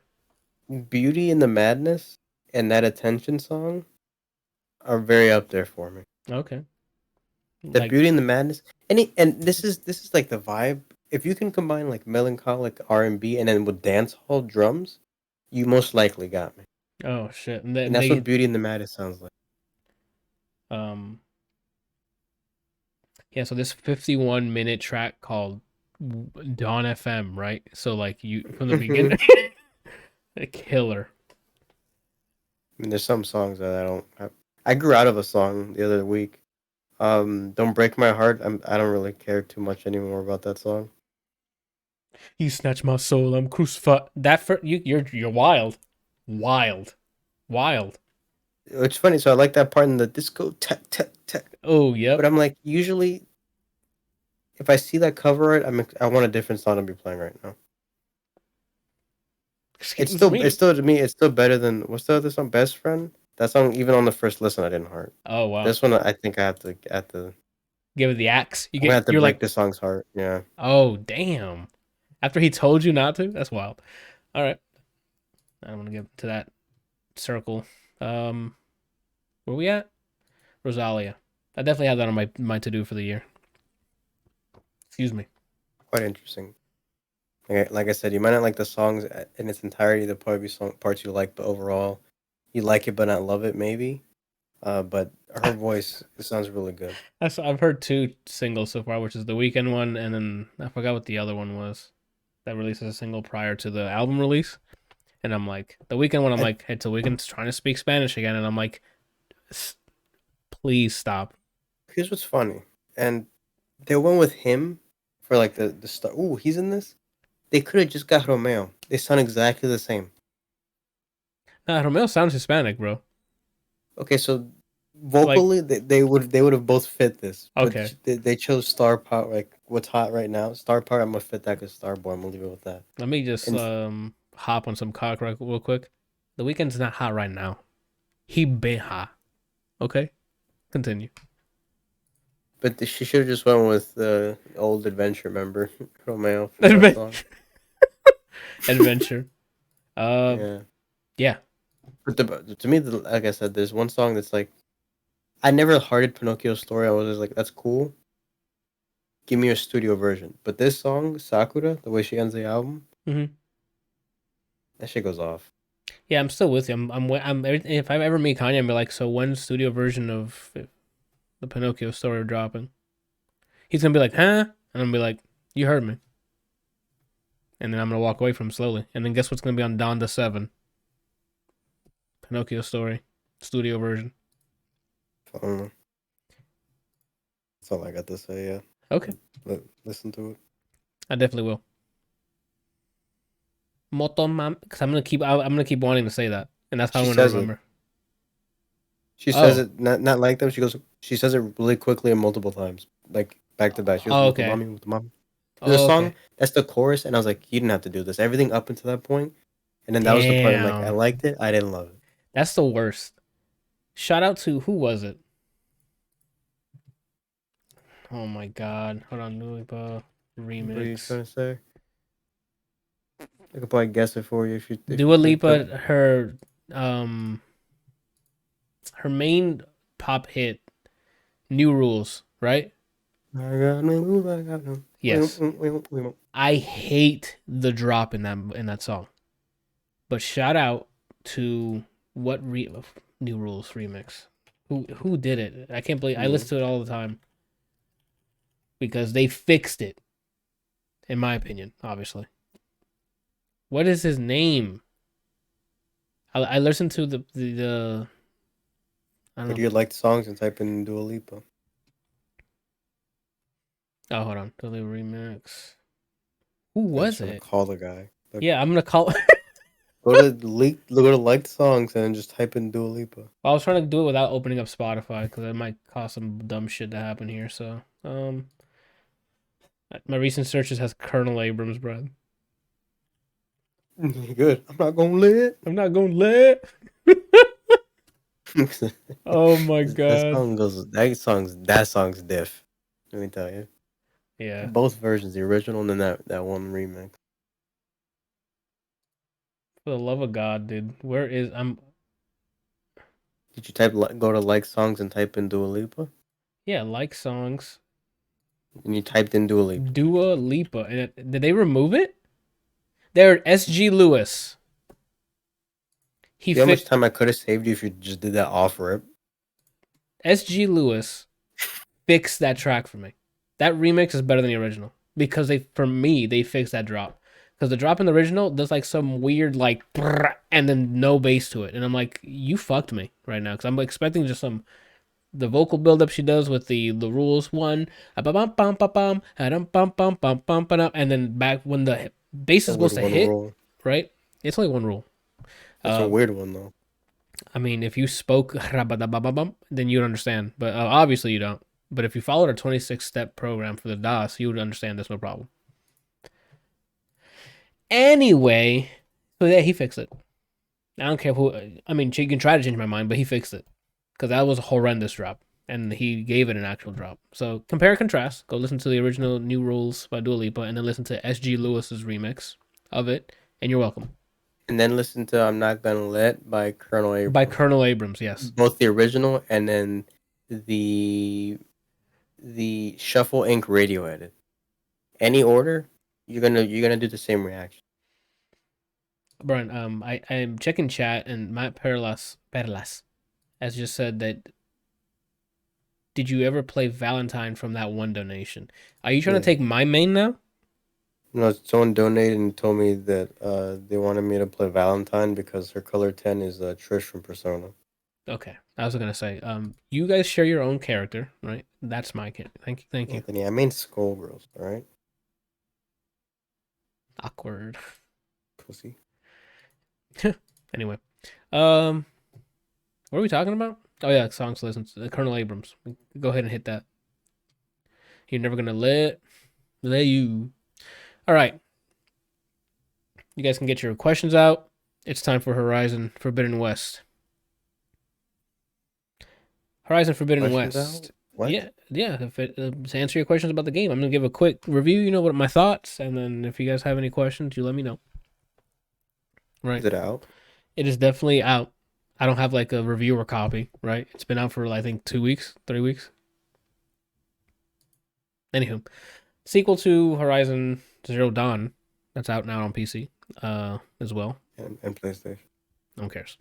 It's on PC. Thank you for that slurpy sound. It activated me. I think it takes place a little bit after the first game ending, because you kind of pick up after, like, away from saving the place, the area, the world, whatever.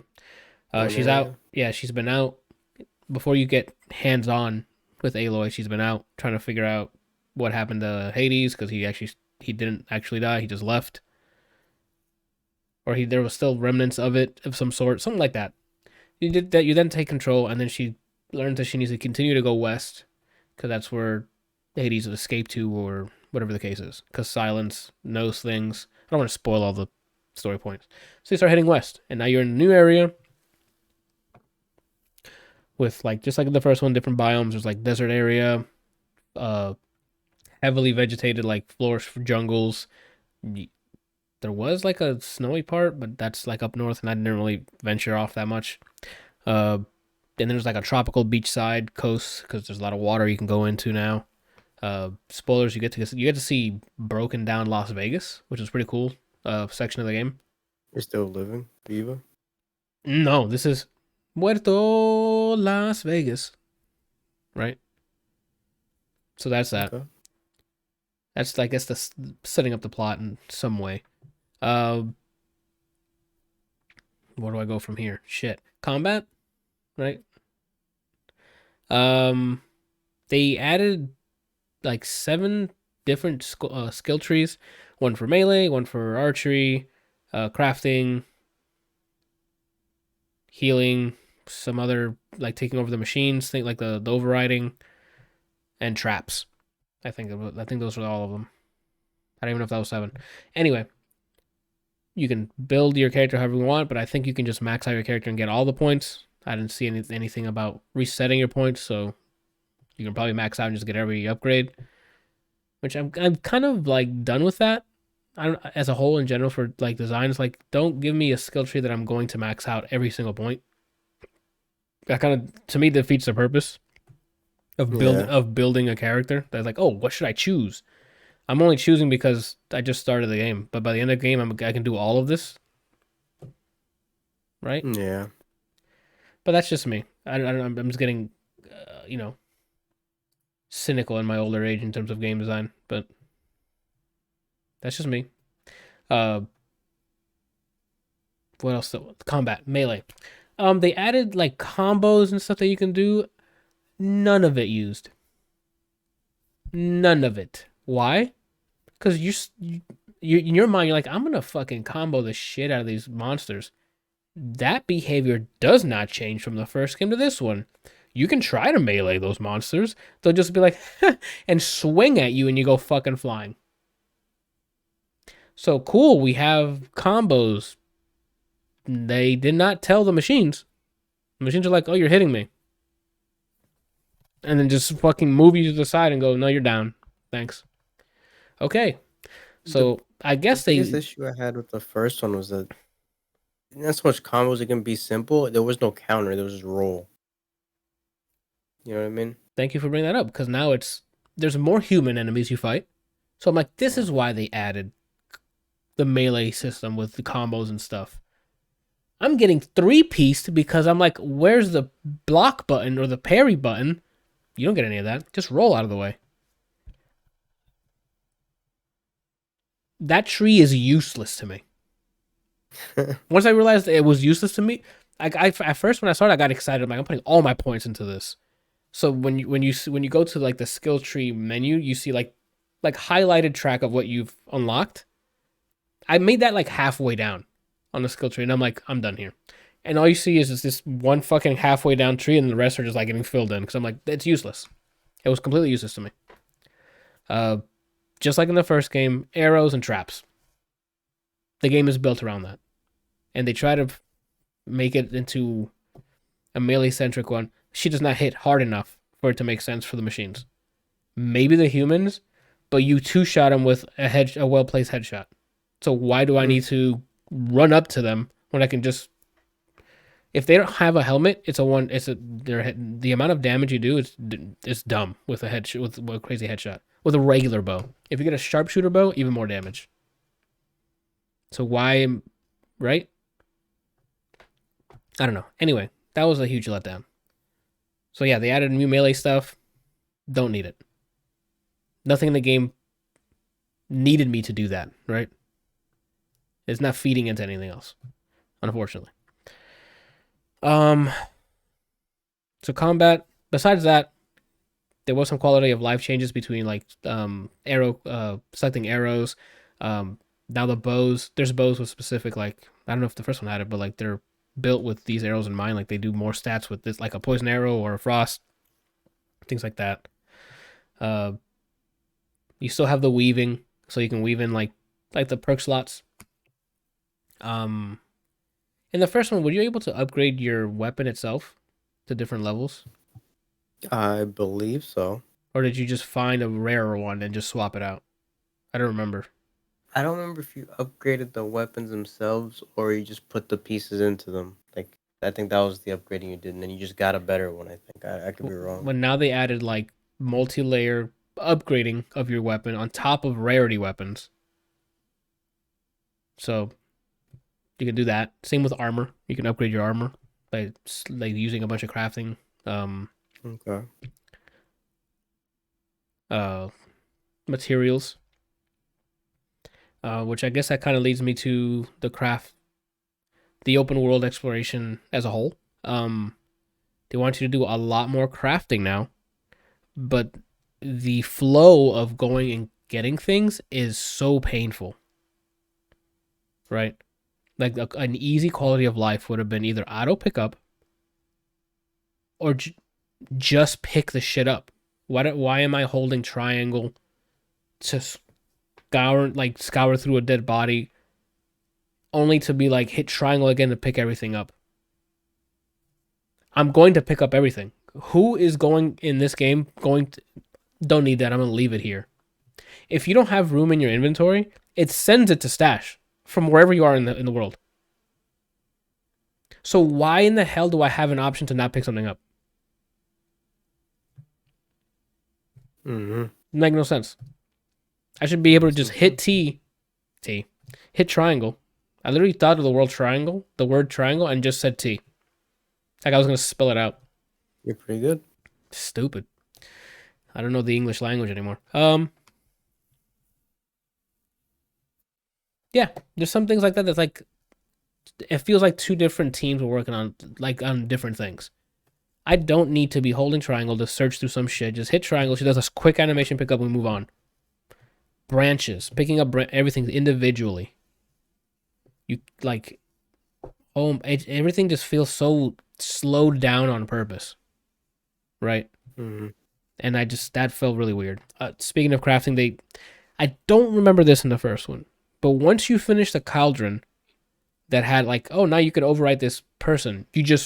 I finished it. It says, oh, now you can overwrite this type of animal, and that's it. Correct? And then I think there was loot. I don't remember.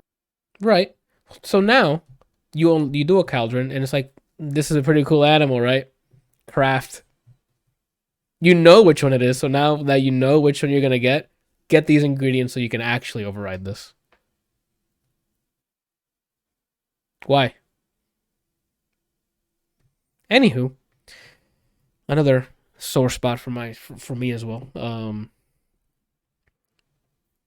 Exploration wise, beautiful to walk around. You can definitely get lost. I had to discipline myself. Anthony, just stick to main quests. There's a lot of small activities that are easy to figure out or collect new things, like more resources, or easy to get XP. Scan more enemies into your the log for weakness points, things like that. You can easily lose a lot of time by just exploring, doing side stuff, because visually, running on a PS5 here, it looks great. In motion, in still shots, at 30 FPS, at 60 FPS, the game looks great. So definitely if you have a PS5 and you want to flex that GPU, buy the game for this.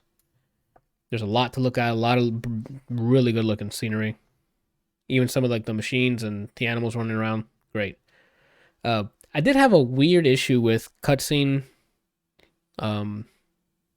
Not issue, but it looked so unnatural. I need to talk about it. Is when you're in dialogue mode, when the cameras are zoomed in and stuff, they have a fake light for each character. Like the lighting doesn't match the environment they're in. Only on the people talking. And sometimes during cutscenes where they're moving around in the world, I'm like, you can tell that they're the lighting's so weird and off-putting for me. The characters look great. The textured pores, the hair, everything looks great. But they put that lighting to make it look that great. There's a weird halo around them and stuff. It's just if you see it, you'll be like, okay, I see what he's talking about. But it just looks weird to me. There's no. It always looks like they had a green screen. They put some background on there, and now they're just walking in front of the green screen because the lighting does not match what the environment is in terms of lighting. And I hated that. Every time there's a dialogue or a cutscene that did that, which was most of them, I'm like, that don't look good. Or maybe it's just me, and I don't know what the hell I'm talking about. What else? It's a spoiler, but you get something really cool at the end. This is one of those things I really hate. That they save the best and cool shit for last, so that when you finish the game, you're like, okay. Oh, same thing with the first game. Where you get something dope, and you're like, damn, oh, hell yeah, I'm going to use this. Hey, by the way, that was like the penultimate last mission. Here's your last mission. I guess I'm done. Which I guess now is gonna make doing the side quests a tad easier, right? Which is great, but I don't have a priority to go back and finish the side quests, right? The characters you meet, something I guess to note, the dialogue part that I mentioned before is a lot better than the first one. The first one they look like fucking robots, and I would like you to fetch shit. Here it seems like they actually took the time and mocapped like the actual dialogue, regardless of how small it may seem in terms of side mission or an errand or something. It actually looks like she's talking to people, right? So shout out for them for that. That was a good addition, I guess. What else? I don't know. It felt more the same, but like purposely stretched in a way that I didn't really care for as a whole, right? They added more things, but not all of it. I just did them because I'm like, oh, that's XP, right? I didn't gravitate towards a new character. Even the returning characters, like I don't know. There's something about the world I feel like I'm just done with, right? Like I'm like, okay. That being said, the ending of the game ends in a cliffhanger where I'm excited. I'm like, okay, I want to see what happens next. But then brings up the question, why wasn't this in this game? Because after I started going through the main quest, I'm like, oh shit. It got to a point where I'm like, how much longer do I have in the main quest? And I go check the chapter names, and I'm like, how the fuck am I almost done? It was just like a Saturday. Like, it was this Saturday. I'm like, I started early in the morning, did a few missions, and I'm like, oh, you're almost done with the main quest. I'm like, what? So I felt like it was shorter than it was. So I don't know for sure if it is shorter than normal. The main quest speedrun, I guess. And that's why I was like, that ending, I'm like, with how short this main quest was, or felt like it was, y'all could have just fucking added that main story. You could have just made it here. Like, there's no need for a third one. Unless they're going to make it a DLC or expansion, which we'll see. But we had, speaking of characters, we had, what was it, Randall, that we saw? Famous African-American actor. If you're still there, Randall. Yeah, wow. Do you remember that actress that's in... What? Oh my god, we've seen her. She's just a famous actress that we've seen anywhere. Oh, and Black Panther, his mom. Angela Bassett. She's in here as one of the characters, and also Carrie-Anne Moss from The Matrix is in this. Oh. As like actual main characters. So the performances were pretty cool. Just to see them in like, in game. They introduced a new set of characters that have some cool, like, somewhat of an interesting background, and they have different tech. So I was like, oh, that's interesting. But the main quest itself doesn't delve in deep enough where I'm like, shit, I know everything about these guys. You just get told what you're needed to know to move the plot along. Which I wish there was, I don't know. But again, that's just me going through the main quest. So maybe there's some side quests that flush them out more, but by the end of it, you're just like, oh, I guess you guys were a thing. Now we have this new problem that's imminent. Cool. And then credits. And I'm like, oh, well, all right. Okay. What else can I mention? Sound, great. For the most part, I didn't notice anything wrong, which is usually a good thing. I had some visual hiccups, like very few and far in between. Like there's some, because they do a lot of cuts, like insta cuts in game and like in game cutscenes, and sometimes you'll see like some super low poly shit still trying to load in. But it's not like far in the distance. There's some times where it was like right up close to the camera. I'm like, maybe priority loading, right? But it would be there for like a split second and then just load the correct LOD. So nothing too bad. I don't know. Do you have any questions? Like they just added a few like filler crafting shit to almost everything, but it's mostly the same game. Oh, you can go underwater now, which leads to some cool things you can see underwater, because the underwater parts were rendered really well. Looks like and feels like you're underwater.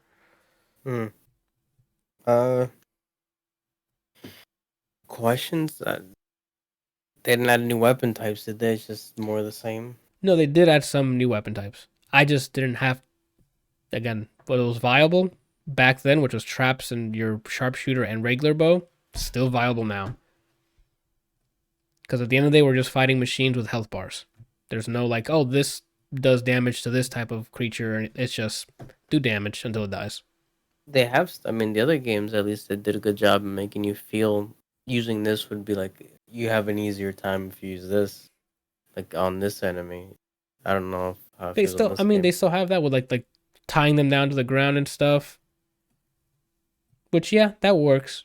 But once you find like some crazy damage build stuff, you just want to literally two-shot them and then you're done. There's no need for it. Unless you're playing on like the hardest difficulty where they'll obviously like buff their health, and at that point you have to hit it for who knows how long. So I'm not sure. It's just very straightforward. Like I wasn't expecting too much different, and I didn't get too much different. So I'm not mad at this game. Like it gave me exactly what I wanted. Not wanted, what I was expecting. Besides the extra crafting steps that I don't think this thing needed, but it gives you reason to keep exploring and hunting animals and picking up berries and things like that. Or hunting machines to get parts to upgrade your weapons and things like that. I'm waiting for with anything exclusive because they're $70 now. I'm just waiting for sales for them. So I would have gotten that immediately, but I'm like, not for $70. I get that. Especially with digital being pushed the way it is, to the point where this might be the last gen for physical. It should save you money on development. Like putting out discs in the cases and shipping them seems like a lot more money to get to the customer than download this. Yeah, it saves publishing. So like the publishers will save money because they don't have to worry about printing to discs. So that's why I don't know. I mean, I know why, because more money means another Bugatti, but that's true. Another boat on a Bugatti. A Bugatti. A Bugatti-o. That sounds like cereal. Why not? You got it. How about you, Randall? You have any other? I mean, you saw me play a little bit of it. I don't know if you have any other questions. I guess yours is probably gonna be story related, huh? I don't think I have any questions. Okay.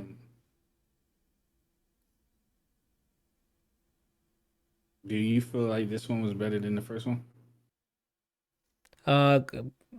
In general, yeah, because the tech's better. That's pretty much most of it. I still have the same issues as before. The climbing and platforming was sort of improved here, but there's a bunch of times where she's like, jump off? Okay.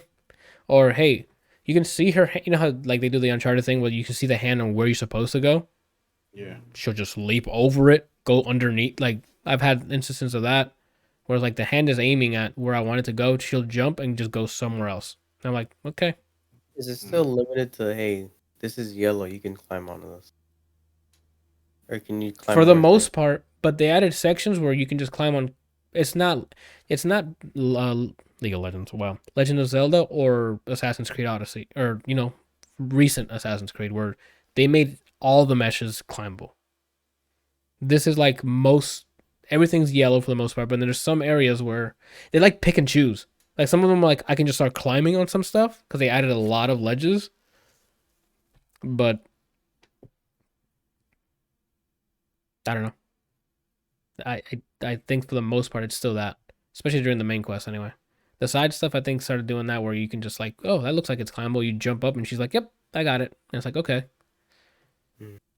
Oh, and the clipping in this game. Holy shit. There's an animation of you like jumping from one area onto like a pole, right? Like let's say it's like a steel beam from a construction site. She would grab and swing a bit because, I mean, momentum. That makes sense, right? Not a single instance does her forearm not clip through whatever she's like landing on. Like she goes, like let's say this for the audio listeners. I'm so sorry. I have a mic stand right here that you can see looks like a circular fucking bar, right? This is her hands, right? Boom, 2 fingers, bam. You would expect, like, hit, and then these stay there, and then she just swings. No. Every single time, it's like, hits, some of her, like, her arm goes through it, and then, like, autocorrects. It's like, who, right? And then they still have the same the hair tech. That's heck. Hair tech is heck. The same heck as the previous game. So her hair is just flipping around, fucking like, oh, look at the physics. And it's moving so much that I'm like, that's not real. Right? And it's constantly clipping through her clothes the entire time. Her bow clips through her armor. Nitpicks, I know. But it's 2022, my guy. Right? You ever seen 3D fucking movies with like a bunch of clipping? Bro, all the time. CG movies with a bunch of clipping? You see that? One? No. Take the time, right? I don't care that your world's 73 times bigger than the last one. Who cares? Well, I like that. If it's so, we need to stop. Now we need to stop. It's not that big of a deal, but It's a huge deal, actually. I know where you're going, and I have something to add to it. Go ahead. world. Who cares if your world is the size of IRL Queens if it's empty? I don't even care if it's empty. Is it boring?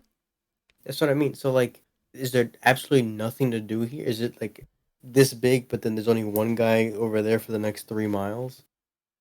Is there no wildlife? Can I just shoot a Prius or some? Can I put get in a life car? into the world? It's just land I can walk and waste my time. I got like that with Division 2 for a bit, because I'm like, this is a huge world with a lot of streets open that I should be able to get in a car and drive. You cannot get in a car and drive in Division 2. And it's like, well, this huge-ass place is just for walking? I don't know. Open world games, like, if we have the horsepower to have all of that, oh, we have this massive world. That means a smaller world should be fucking popping. Right? Give me 4 buildings and have every fucking floor accessible in those buildings. Right? Mm-hmm. With fire escapes I can get out. Like, someone that wants me to beat their ass or save their ass essentially everywhere. Which, cough cough, The Witcher does so well. Which, cough cough, Elder Scrolls games do really well. well, The Witcher also does, hey, we're huge and massive, and the whole time I'm just riding a horse. Right? There's stuff to do and find and things, even if you didn't know quest. There's messages in the bottle that'll lead you to fucking murder a guy. There's just caves you can spelunk. There's even if you don't find someone, it's populated with things to do that feel good, if that makes sense. To a certain degree, because of scripting. So let's say you go past this, you're just riding along on Roach, right? And you're like, oh, this place looks pretty cool. And you go and ransack the place, right? You're like, I pick up everything. No option to get anything else. Now I keep riding off to town bumfuck, and some guy's like, can you go to this place and get my fucking toothpaste? You go back to the place you just ransacked and there's toothpaste. Those I was just here. I should have been able to pick the toothpaste, and he'd have been like, oh, you mean this one? And then just give him the fucking toothpaste. What's funny is a game that I ranted on almost any chance I get. If I were to pick up a sponge from that direction, Yep. and I find a guy's quest like, yo, I need like 3 of these sponges. If you have them on you, you don't have to leave that conversation. You can just be like, here, bro, that's it. Tales of Arise. So many quests, because I was murdering everything, they'd be like, we need food. And I'm like, now what do you need? Yeah. Like, I had it on me. I like That's that. something that I commend them on, and looking back. Make it feel like an actual fucking world. Not now that you've activated my quest, go back to the place you did. Pick it up. Come back. What does that have to do with saving the planet? Like there's a demon taking over the world. Get me my fucking toothbrush. Okay, you got it, sir. Thank you for the XP. Then I'm going to max out all the skills anyway. Anywho, now that I'm done ranting on that. And speaking of Witcher, which I brought up, they announced working on another Witcher game. Yeah, that's breaking news almost. Horny, dude. I mean, I'm excited, but now they're swapping between engines. That can be and this is gonna be their first game they're doing it with. So I'm excited, but then I'm like, I hope they legit take their time this time. Here, so that's that's where the sadness comes in, because normally what I would have said right there was it's CD Projekt Red I trust, right? So now Mm-hmm. that sentence basically becomes, well, it's The Witcher, I gotta trust them, Yep. but it's me more convincing myself than being able to be like, I'll get it when it's out. They got stained. Before they were spotless in a way, right? Yo, Now the they're two stained. Witcher games they had out, and in the card game, Yep. Now they have some. Now they have some grit. Now they have some backlash. So it's like, okay, well, now we got to see what happens. Jumping between engines is not going to be an easy thing. Right? Like you have different workflows, you have different tools to generate assets for that engine you made. Like, speaking of blasphemous thoughts, the my phone, you know how with Pixel phones you can swipe to the left and it gives you a customized news feed. yes, This article, and I don't remember who wrote it, but I immediately hit the ... and said, "Don't show me articles from this site." Said, "Here's why the next Mass Effect needs to be more like Andromeda." And I don't remember who it was. I saw that article, did not click it. I immediately went to the ellipses. Don't show me articles from this website. who said that? I can't tell you. I gotta look up. Do you know that's the headline like verbatim? There might be some words changed in the middle of there, but Ways next Mass Effect should be like Andromeda. The Gamer, 2 days ago. Was that 2 days ago? it's a good chance it was recent. Yeah. It's called thegamer.com. Mass Effect 5 needs to be more like Andromeda. I don't know why they're calling it 5. Andromeda's his own shit. It's after. I mean, yeah, it's the Mass Effect world, but don't tie it. Don't tie it to the That's first. wild. The article said that it was the most hated one, but it needs to use the gameplay as a blueprint. I'm like, I don't remember the gameplay at all because It detracted a lot from. So they made missions basically bigger that you can explore and do stuff, but the gameplay itself was very against the whole covered RPG tactical mechanic in the sense that so for example, you just snap on a cover if you're close enough. And then a oh lot of yes, people had stuff that contextual. you just it was I didn't like. You didn't like the contextual? That's something I love about the Tomb Raider series, the recent one, because everything's like contextual based. She'll run when she needs to run, like in the middle of a scene or something like that. And when she's like, when there's enemies, she'll crouch automatically. And then like if you go up against a wall, she'll like everything's contextual. For an action game, sure. Mhm. For something that's RPG-ish or something that has roots in like a tactical aspect, not really a fan of that. Okay. Now, if Gears did that, but this I didn't like it. Gears is always gonna stick to everything is the A button. Yeah, The like motion blur, gray, just fucking shoulder to shotgun. shoulder. That's the wildest fucking. Watching people play Gears of War like professionally and seeing them like just fucking wave dash between cover to the enemy is hilarious. Looks absurd. Because the animation doesn't even account to what they're doing. It's just the same animation sliding across the ground, and I'm like, well, it's really funny. Oh, what else can we tear apart here today? You know, I think we're done. Yeah. Oh, I mean, Tearing stuff apart for the most part, yeah. I guess my final thoughts on it. Definitely, if you enjoyed the first one like I did, this was a good time. I had my gripes with it, but it's beautifully rendered. There's a lot to do in it. So like, if you're one of those that like buys one game a year and you're like, oh, will I have enough to do? This game seems like there is a lot to do, especially if you don't fast travel. It's good to look at the scenery, figure out some of the puzzles that are in there for the side quests, collecting a bunch of the shit that you need to collect. Even for crafting. Like, you can get a lot of time out of this. Which I think was the end goal. Like, if you're doing... That's everyone's open world end goal. Keep them in the world as long as possible. And this definitely has that. With a bunch of side quests, a bunch of errands. Some cool new characters. The antagonists were pretty cool. And then the story progresses quite a bit. It's just that, in my opinion, they could have just put in this last chapter that's going to happen into this game and just called it instead of trying to make a trilogy. But that's just me. Because this is going to be like the ending of this felt like the ending of the second Hobbit movie, where the only thing that's left is pure warfare. No, that's the end of the That's first. what's left. Wait, The end of the second one, they already killed Smog by the end of the second movie. The third one's a battle of the five armies. that's the one where it ends on ice, where there's a big fight. It's a huge fight, yeah, with Big Vin Diesel on ice. yeah, like that last, yeah, that's what this felt like.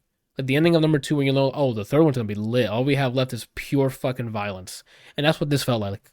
It's gonna be pure fucking violence at the end of, from what I gathered on that last cutscene, right? It's like, well, we need to suit up for this that's coming, and I don't want to spoil what it is, but that's just that. Kitchen Daddy in the chat, what did I miss? Just going over Horizon. Closing thoughts, I guess. Yeah, I definitely recommend it. If you played it on, here's an interesting scenario. You have a PS5 and a PC, and you already played the first one on PC and not on your PS4 because you didn't have a PS4. Do you bite the bullet and buy it on PS5 now, or wait for PC? I would say wait for PC. Especially if you have a rig that can flex on people, right? Because this game looks great on console. I can only imagine what it's going to look like with a 39, like a 3, whatever graphics card that's going to be out at the time. Because I'm sure they're going to hold on to this on the console for like 4 years and then port it over. So, I definitely recommend it. If you got a PS5, check it out. It's a good way to flex your system. You paid a good amount of money for that fucking console. Make it sweat a bit, right? This will definitely do that. And then if not, I mean, wait for it on PC. They put the first one on PC. I'm sure they're gonna port over the second one. It's just gonna be a while because they want people to buy PS5s. So definitely worth it, especially if you like the first one. And that's all I got. It's a game of the year. No, like it's gonna be on my list on my top 10 this year. Like my personal top 10 so far. We'll see what this year brings, but it can easily be bumped out of the top 10 depending on what comes out this year, right? Like we got the fucking Harry Potter game. Did you guys see the gameplay? Mm-mm. Come on, bro. I'm gonna be When is fucking it out? My question. holiday of this year. Okay. So I'm gonna be That out there. wouldn't even count for this year then. Oh, that's true. You're right. Aloy is my female protagonist fave. Really? Over Bayonetta? Come on. She's got it all. I mean, I don't put her. She has 4 guns, but I didn't play the games yet. I want to play I saw you play the first one. Yeah. And I want to play the first one and second one, and then the third one when it's out. I mean, mine's probably Samus. First person that comes to mind. I think Female protagonist. I can't, because Bayonetta has everything Samus has and more. Right? The only thing Samus doesn't have hair suit. That's why she has more. Yeah. She's out. She's the female Dante. That's why she's so cool. She's got the pizzazz. She's got the sex appeal. She's got the quick whips. She's got like the fucking action. The accent too. Bayonetta's, yeah, she's got it. I feel like I said Samus quickly, but I feel like there is someone that we didn't name that I'm like, I'll die for this. Lara? No. Oh, female protagonist. Lara, Aloy, Bayonetta, the chick from Cloudpunk. But yeah, I don't know if you guys played Cloudpunk yet. I haven't played it yet. I own it now because of the Ukraine bundle. Yeah, you're right. Which I was like, I'm gonna do the charity. You know what? I'm gonna put in like $20. But if you put 40, you get Skullgirl. I saw that Skullgirl was in this, and then I spent the $40. Yeah, I did the max because I'm like, I might as well just get all the. I can use it for a charity sometime later, or maybe during game day for extra life. She's not the protagonist. Lightning, I don't really give a Ah, shit about yeah, Lightning I didn't care that much for either. Like, she was cool, but the one in that same game, the dark-haired one. Oh, Fang? Fang was cooler to me. I don't know. There's a bunch on there, but I don't know. Bayonetta's like the Devil May Cry, where she's just badass, funny, right? Because she says some like action sequence, like she'll just say cheesy lines. British, right? Yeah. Crazy moves. Her hair can turn into like a demon. 4 guns. Like, I probably would side with her more so. 2B, I didn't. So I started Oh, Nier Automata, I never played but I never played Nier the Automata. port at the time, at least, or at least maybe my computer just was not feeling that game at that point. It was running like at 1 frame an hour, so I was like, "Fuck this!" But I own it again, my own copy now, so I wanted to revisit the series. I think I have both of them. All right, I don't know. it's done. I'm announcing it here next week. Bracket fights, female protagonists. Okay, do it, pussy. Just got to fill it up. Ready, Randall? You ready for that? Is there enough? There's a lot. Yeah, there's a lot. Some of them are more pronounced than others, like more notable anyway. But there's a bunch. It should be. That's just I'm not remembering a bunch of them. Like you have the Beyond Good and Evil lady. I just thought of as well. That's true. What is the status on that game, dude? Overwatch 2 is gonna come out before that game. Yeah. Both Overwatches came out before that game came out. That's insane. The main character from Celeste, Vax. Who's gonna outplatform her besides Super Meat Boy? Me, Right? Sackboy. Well, actually, never mind. Because I think in one of the Super Meat Boys, you played as the girl. So never mind. Miss Pac-Man technically is her protagonist. Ellie from The Last of Us. Ellie from that's good. From Uncharted. Oh, Lost Legacy. Yeah, you get to play Chloe. as Chloe. There's a ton, Randall. What you mean, man? Okay. You know what I'm saying? I would think so. Grace Walker. Why does that sound familiar? Yeah. It's like a porn star. Technically, femshep, female shepherd. Yes, that counts. Female shepherd counts because technically you can just be female shepherd. So.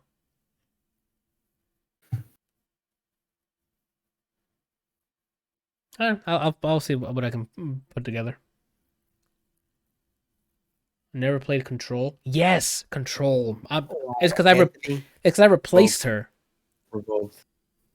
Controls. So, summary of Control for me: story.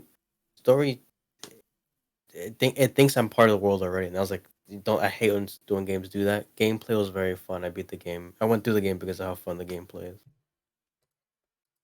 It's I great. recommend it. So there might be some back end manipulation next week, and it's just gonna be Control. I'm just kidding. I mean, like you did with There was no manipulation in the back end. Okay. Faith from Mirror's from Edge, Mirror's yeah. Edge. Jesse Faden is Control's character. Oh, Grace Walker's from Wolf. Yeah, then you could say both sisters. Say again? Wolfenstein, both sisters. Facts. Both of the sisters in Wolfenstein. That's good. Is there only counting playable? I would imagine protagonists. Like in the story, the story's about what they're doing. So the sisters would be the protagonists. Joanna Dark, or you put Clark. I think it is dark. It should be dark. Okay. Yeah, there's a ton, Randall. I don't know, like that's a wild. Even though we're talking about games, I keep picturing, and I haven't seen the part yet. Part 6, Jolene in my head just keeps popping up, and I have not seen we're it. not doing. Yeah, we haven't. Yeah, you're wild. Jill Valentine. Jill, yes. Oh, Claire Redfield. Yo, Jill or Claire? Say it right now. Randall, you go first.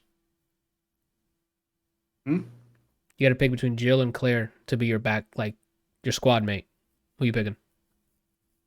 And I don't mean Jill when she's hacked from Wesker. Like Jill, like Resident Evil 2, like, you know? Now when she has... Jill, period. Oh, okay. I don't know. I pick Claire. You pick Claire? She literally, her gun options in the remake are revolver or a grenade launcher. Yeah. Or another revolver. So I'm like, you won me over. Okay. When that happened, and as a casual Resident Evil watcher or player, I was like, you know what? Leon all day. And then I saw what she had in the tuck. Yeah. I'm sorry, dude. Yeah. Easy. Okay. For me, it's a hard one. So I like the Redfield family. I can punch boulders, and I got, like Brian said, Redfield brings the firepower. But Jill And the got tuck. the CQC, buddy. Like, she's a member of Stars, right? You can count Sheva too, I guess, right? Yeah, I think so. Yeah, I'm gonna go with Redfield just because Redfield, right? When I think Redfield, I think swole dude punching rocks, right? And I think she's got that energy too. Like, if she needed to, she can punch rocks because it's in her blood, and that's just me. Technically, yeah, Sheva does because you can play as her as a second player. So I would say it's a female protagonist. Cool. I mean, I'll do a Google search to see what the most hype ones of all time. And if We you, didn't even count the Shell from Portal. yo, yeah, you're right. That's huge. I guess Alex from the VR Rain game, from Blood Rain. Yeah, Alex now. because he has a whole VR game to herself. Rain from Blood Rain. Yeah, that's right. Okay, yo, it's gonna be a crazy list. Oh, Red from Transistor. Oh, damn, it's gonna be a fight. Diablo. It's gonna be I have my horse. Yeah. Saber from Fate? There's a game for Fate Stay? Or is that something that I'm not? I know the anime. I didn't. That's cool. I didn't know that again. Did they make a game? They have a fighting game, but I don't know if it's that Oh, that Fate world time period. I don't know. gotcha. Okay. I guess let's do releases and wrap up here. And I'll have to get on that list. You got Fate, Relink, Jill Stingray from Valhalla. I haven't played that. That's that Cyberpunk bartender game, right? I can add that too. Let's go. A lot we can add. I just thought of two more. What other one? Assassin's Creed characters, the female versions. That's true. Of Odyssey, Valhalla, Eivor and Cassandra. Cassandra. Thank you. Okay. Well, for releases this week, we got heavy hitters. So, all the goofy ass girls from Senra and Kangra. Isn't that like that's like yeah, it's like a sexy fighting game, right? Where like you punch the clothes off or something. I think close stuff happens, but one of those characters is in BB Tag, and if you play her, you don't believe in self love. What is she like? Dump like she's broken, or She's. Let's say you just started playing the game, and you're like, I'm gonna learn this character. It would carry you over someone who didn't pick this character and started learning in parallel. oh, okay, that's fair. Female assassin from the PS Vita Assassin's Creed game. That's true. There was a specific female protagonist for the PS Vita games. Right? She's a fair and balanced character until you actually learn how to play the game. What is it? Shanoa from Castlevania Order of... Yeah, there's going to be some deep cuts. I wanted to play that one. That's the DS one. And she looked really cool, and I never played it. Okay. Shantae. That's true, Shantae. I played 1.5 games of Shantae. Kazooie from Banjo and Kazooie. Oh my god, yeah, technically that's... Yeah, she is female, right? Mm-hmm. That's pretty dope. That's my favorite Castlevania, tied with Symphony of the Night. If my dumbass knew there was like another 50% of the game, I could have got playing it. What's the homegirl's name from Heavenly Sword? That old... Oh. Let me go look it up. I could think Klonoa. Klonoa? That's not it, but I can see her face and I just don't remember her name. No, you're thinking Hellblade Senwa's. Senwa's whatever. Klonoa's a boy. Yeah, so I know it's a boy, but that's the name that kept popping. Noriko is the main character's name. See?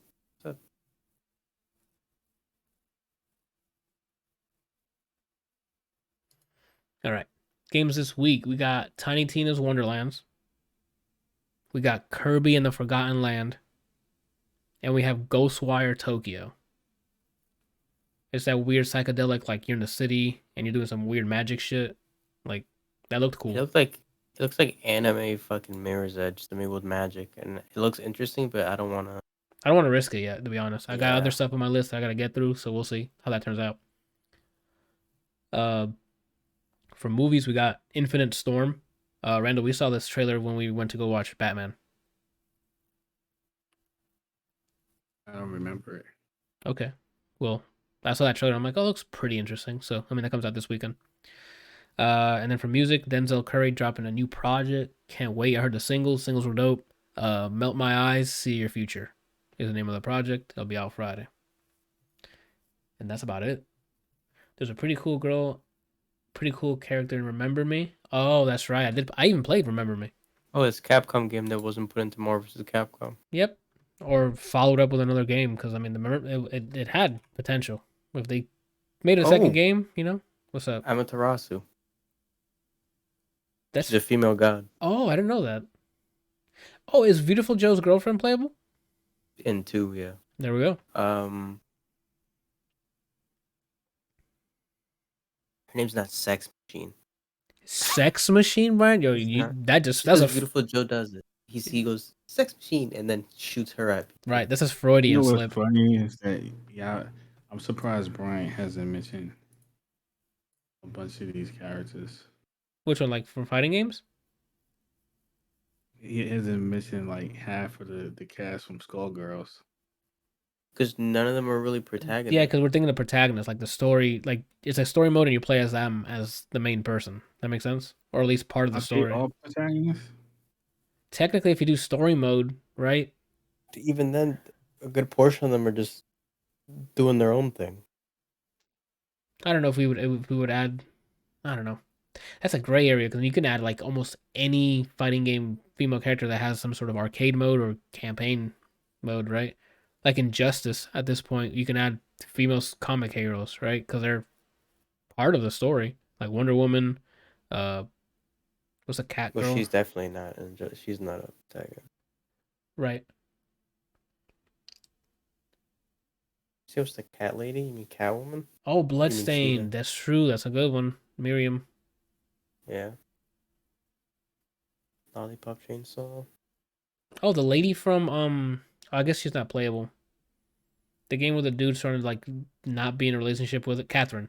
Yeah, that wouldn't count because he's the. He's a main cat. Yeah, he's the guy you play as. I feel like there's so many more obvious ones we're missing. Probably. What's the name of the female from Ratchet & Clank? Oh, that's a good one. That was clutch. No. It's Rivet. Rivet, yeah. Handful of Final Fantasy games. That's true. That's true because with Final Fantasy you have the squad, so you can do like Lulu, Riku. Do they count though? I would because they have an entire game to themselves. The girls. Oh yeah, a 10-2. 10-2, yeah. I was gonna say you can X2. count Birth by Sleep. You can count Aqua. Is it Aqua? Oh, Aqua. Yeah, you're right. Birth by Sleep. Aqua's can definitely be part of it. I need you guys to write this down or just send it to me or something because I was going to look it up, but we can just fill it up with our own. You got an archive now. Yeah, but that requires like time, right? Yuna, Riku, and Pain. Thank you. In X2. That's right. Okay. Aqua is my Kingdom Hearts bae. I feel that. Anyway, all right. I think that's it. Randall? What you got for the week? Nothing new. The same old stuff. Hacking the government. I'm just kidding. Government is just a joke. Wow. Just a joke. Just a joke. I said that. I'm like, let's not get him in trouble, right? Just a joke. Man. Just hacking, right? He's learning how to hack. I saw his screen one day. It was just filled with command lines, interfaces. What are you laughing, Randall? I mean, that's how we hack. I mean, they hack. Because the only programmer is in his house is you. That you know of. Shoot. That's Forest programs. Forrest is a killer. You over there making fun of her toes all the time? She's over there making code with her toes. Let him know. Is that why she's always sleeping? She's up right now. Yeah. Yeah. So when you go to sleep, Brandon, when you go, and you just fall asleep, she's like, it's time. You can see her do this with her paws. Just. Doggy code. And she's just like, you know what I'm saying? Freaking out. I got it. Coco from Crash Bandicoot, yep. Dixie Kong. Those are facts. I think I'm going to have to just put a document up or a list or something so I can get a whole list and then make the bracket. It's going to be like 100 and we're not going to get through it. That should just be quick, like bam, bam, bam, bam, you know? You have to get rid of the ones that none of us know about, I guess. That's true. Like if we have no recollection of some of these, like all right, pass, right? All right, Brian, what you got for the week? Tomorrow, Coach Steve, which is a pro fighting game player, he's hosting his own weekly for KOF on Tuesdays, and it's like an 8-week weekly thing. And I was like, fuck it, see how free I am. So I entered. So I'll be doing that tomorrow.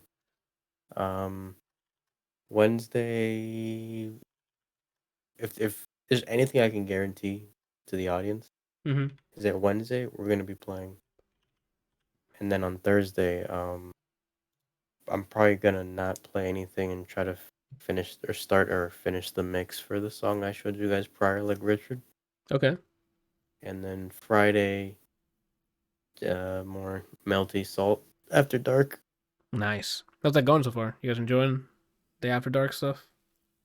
I mean, I'm just enjoying zoning as a big, tall fucking vampire man. That's fair. I enjoy the game.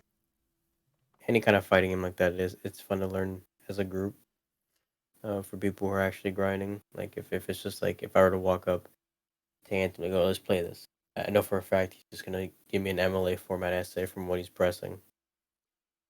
No, I'm actually gonna give you fucking binary garbage vomiting out my mouth. Oh, that's how much buttons I'm hitting. You think I'm hacking? I can't say the same joke again. I was gonna say hacking the government. I'm trying to get hit by FBI. I've been warning you. Yeah, it's like me trying to hack like the school to change my grade from an F to a D-, right? And then this weekend, the goal is to go over there because a certain game comes out. Yes, sir. Kirby, dog. I said words. I was asked, are you coming here when this game comes out? By a certain person who keeps making fun of my car. And I was like, bet. She who will not be named. Yeah. I don't know, but you said you don't go on TikTok, but there's a sound that everyone... Today was something I did. I caught up on my TikToks. Oh, okay. Well, I don't know if you... I liked it or I responded to you guys' stuff. Okay. So I don't know if you've seen or heard the sound where they make fun of the from Harry Potter, and then they go and they make it sound really dumb. Anywho, that's what I didn't even know what the hell we were talking about that brought that up. Oh, that's why. Because I said she who would not be named, and it reminded me that of him who would not be named, and then that sound. We good. The wicked one. Yeah, that's my wicked. Anthony, what are you doing? Oh, well, tomorrow, more backlog, so more fist. Chill out, Randall. Don't get excited. It's a Metroidvania game that I'm going through. Super fun so far. I'm enjoying. I guess I'll review when I'm done. Wednesday. Do we have something? Last week we did TDM, right, for Siege. All right, but that was just because, hey, it just came out. It was hype. Whatever. We got to move on to our backlog here, so. Yeah, we'll flip a coin. Extraction or nobody saves the world. That's what we're. Let's just get through that because that's the narrative. Which one? Nobody saves the world. There you go. So nobody saves the world on Wednesday, and then Thursday we got more Revelations, Resident Evil Revelations 2 with Janiana. Second episode was last week. We're kind of doing it per episode, so like we'll start the episode and when it ends and it's like next time on Revelations, I'm like, nice, and we ended there. So it's like watching a show. You can watch us just decimate that game. It's too easy, right? Resident Evil veterans. We learned from Resident Evil Legend, breaking ankles, right? It's easy. And then that's it for the week. I might stream on the weekend. Again, I always keep the weekend maybe, depending on how I'm feeling. So it's been mostly no, because I was chewing through Horizon. But now that I finished that, I might just load up Fist and just keep going over the weekend to get it over with. I was told what her schedule is, so. Oh, never mind. Yeah, this weekend is Kirby and Wonderlands. Like that. Here's what we're gonna do. Holy shit! All right, I'm gonna go over there. Yeah. When she's working, Wonderland. Okay. The second she's ready, Kirby. Sounds good. Anywho. Well, actually, no. What we need to do is when she's working, you create your fucking character in Wonderlands, and then when you're ready, you let me know. And then when I'm done, Kirby. Yes, the entire day just customizing making your character. I think they're gonna show that off tomorrow or something. You create a character. It'll show off when I load the game up. I hope it's not like 4 options and then that's it. That's my guess. Let's hope not. And that's it. I hope you guys enjoyed listening to this podcast, watching it. Both, neither, right? Leave a like, comment. Both, neither, right? Which it's up to you. It's America. Maybe it's not in America where you listen to this, but America rules apply. Do whatever the hell you want. But make sure you tell people about this. Small rant I want to do with new information that came out. So okay, there's breaking news. Strive, it happened over the weekend. Oh, okay. Guilty Gear Strive info happened. Her tournament ended. They announced Testament, who's a returning character, but they do not look the same because they're like a god being apparently, where they don't have a gender. They are a Testament.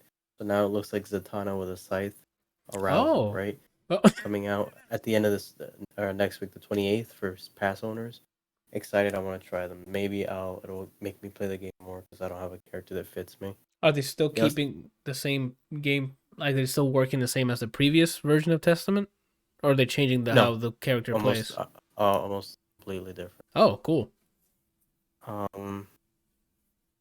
So that comes out the 28th. They revealed with this story expansion comes out April. They also said crossplay coming when the story comes out in April. So Steam and PlayStation. Shout out to crossplay. Together. Good job. Round of applause. Yep. On the SNK department, KOF. They last week they just shadow dropped 3 characters. Like, you know what? They're out this Thursday. And then like Sunday or this morning or last night, they're like, hey, a whole boss character, Rugal, we're adding him in April. By the way, he's free. It's not part of the pass. We're just free character, whole character. Oh, that's crazy. And adding a boss rush, which is him on crack. If you beat that, you get a costume for him. You get a whole level, and you get a soundtrack song. I like that. Isn't it crazy when like devs show that they care about their community? That's weird. Yo, Capcom, what are you shadow dropping soon? Hey, we're dropping the last patch for Street Fighter V. Let's go.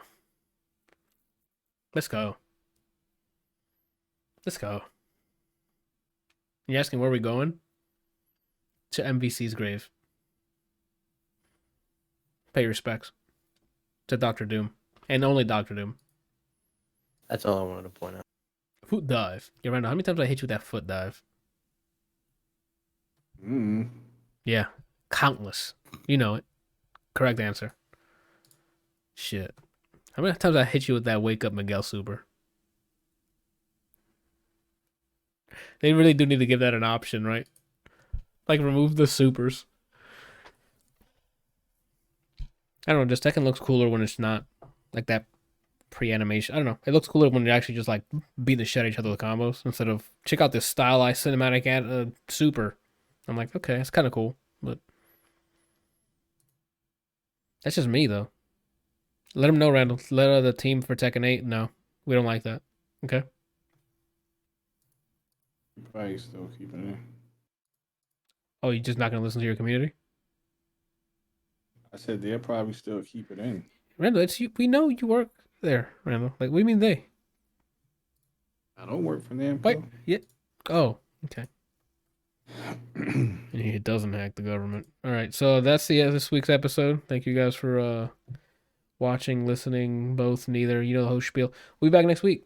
I'm gonna see if I can fill out as much as I can for the bracket fights. In the I don't know, on the Discord, I'll link a form for you guys, not a form, a doc, so you can fill out some names for the female protagonists. That way, I can have a good bank, right, and just make the brackets that way. That's it. Thank you guys for watching. We'll see you guys next week.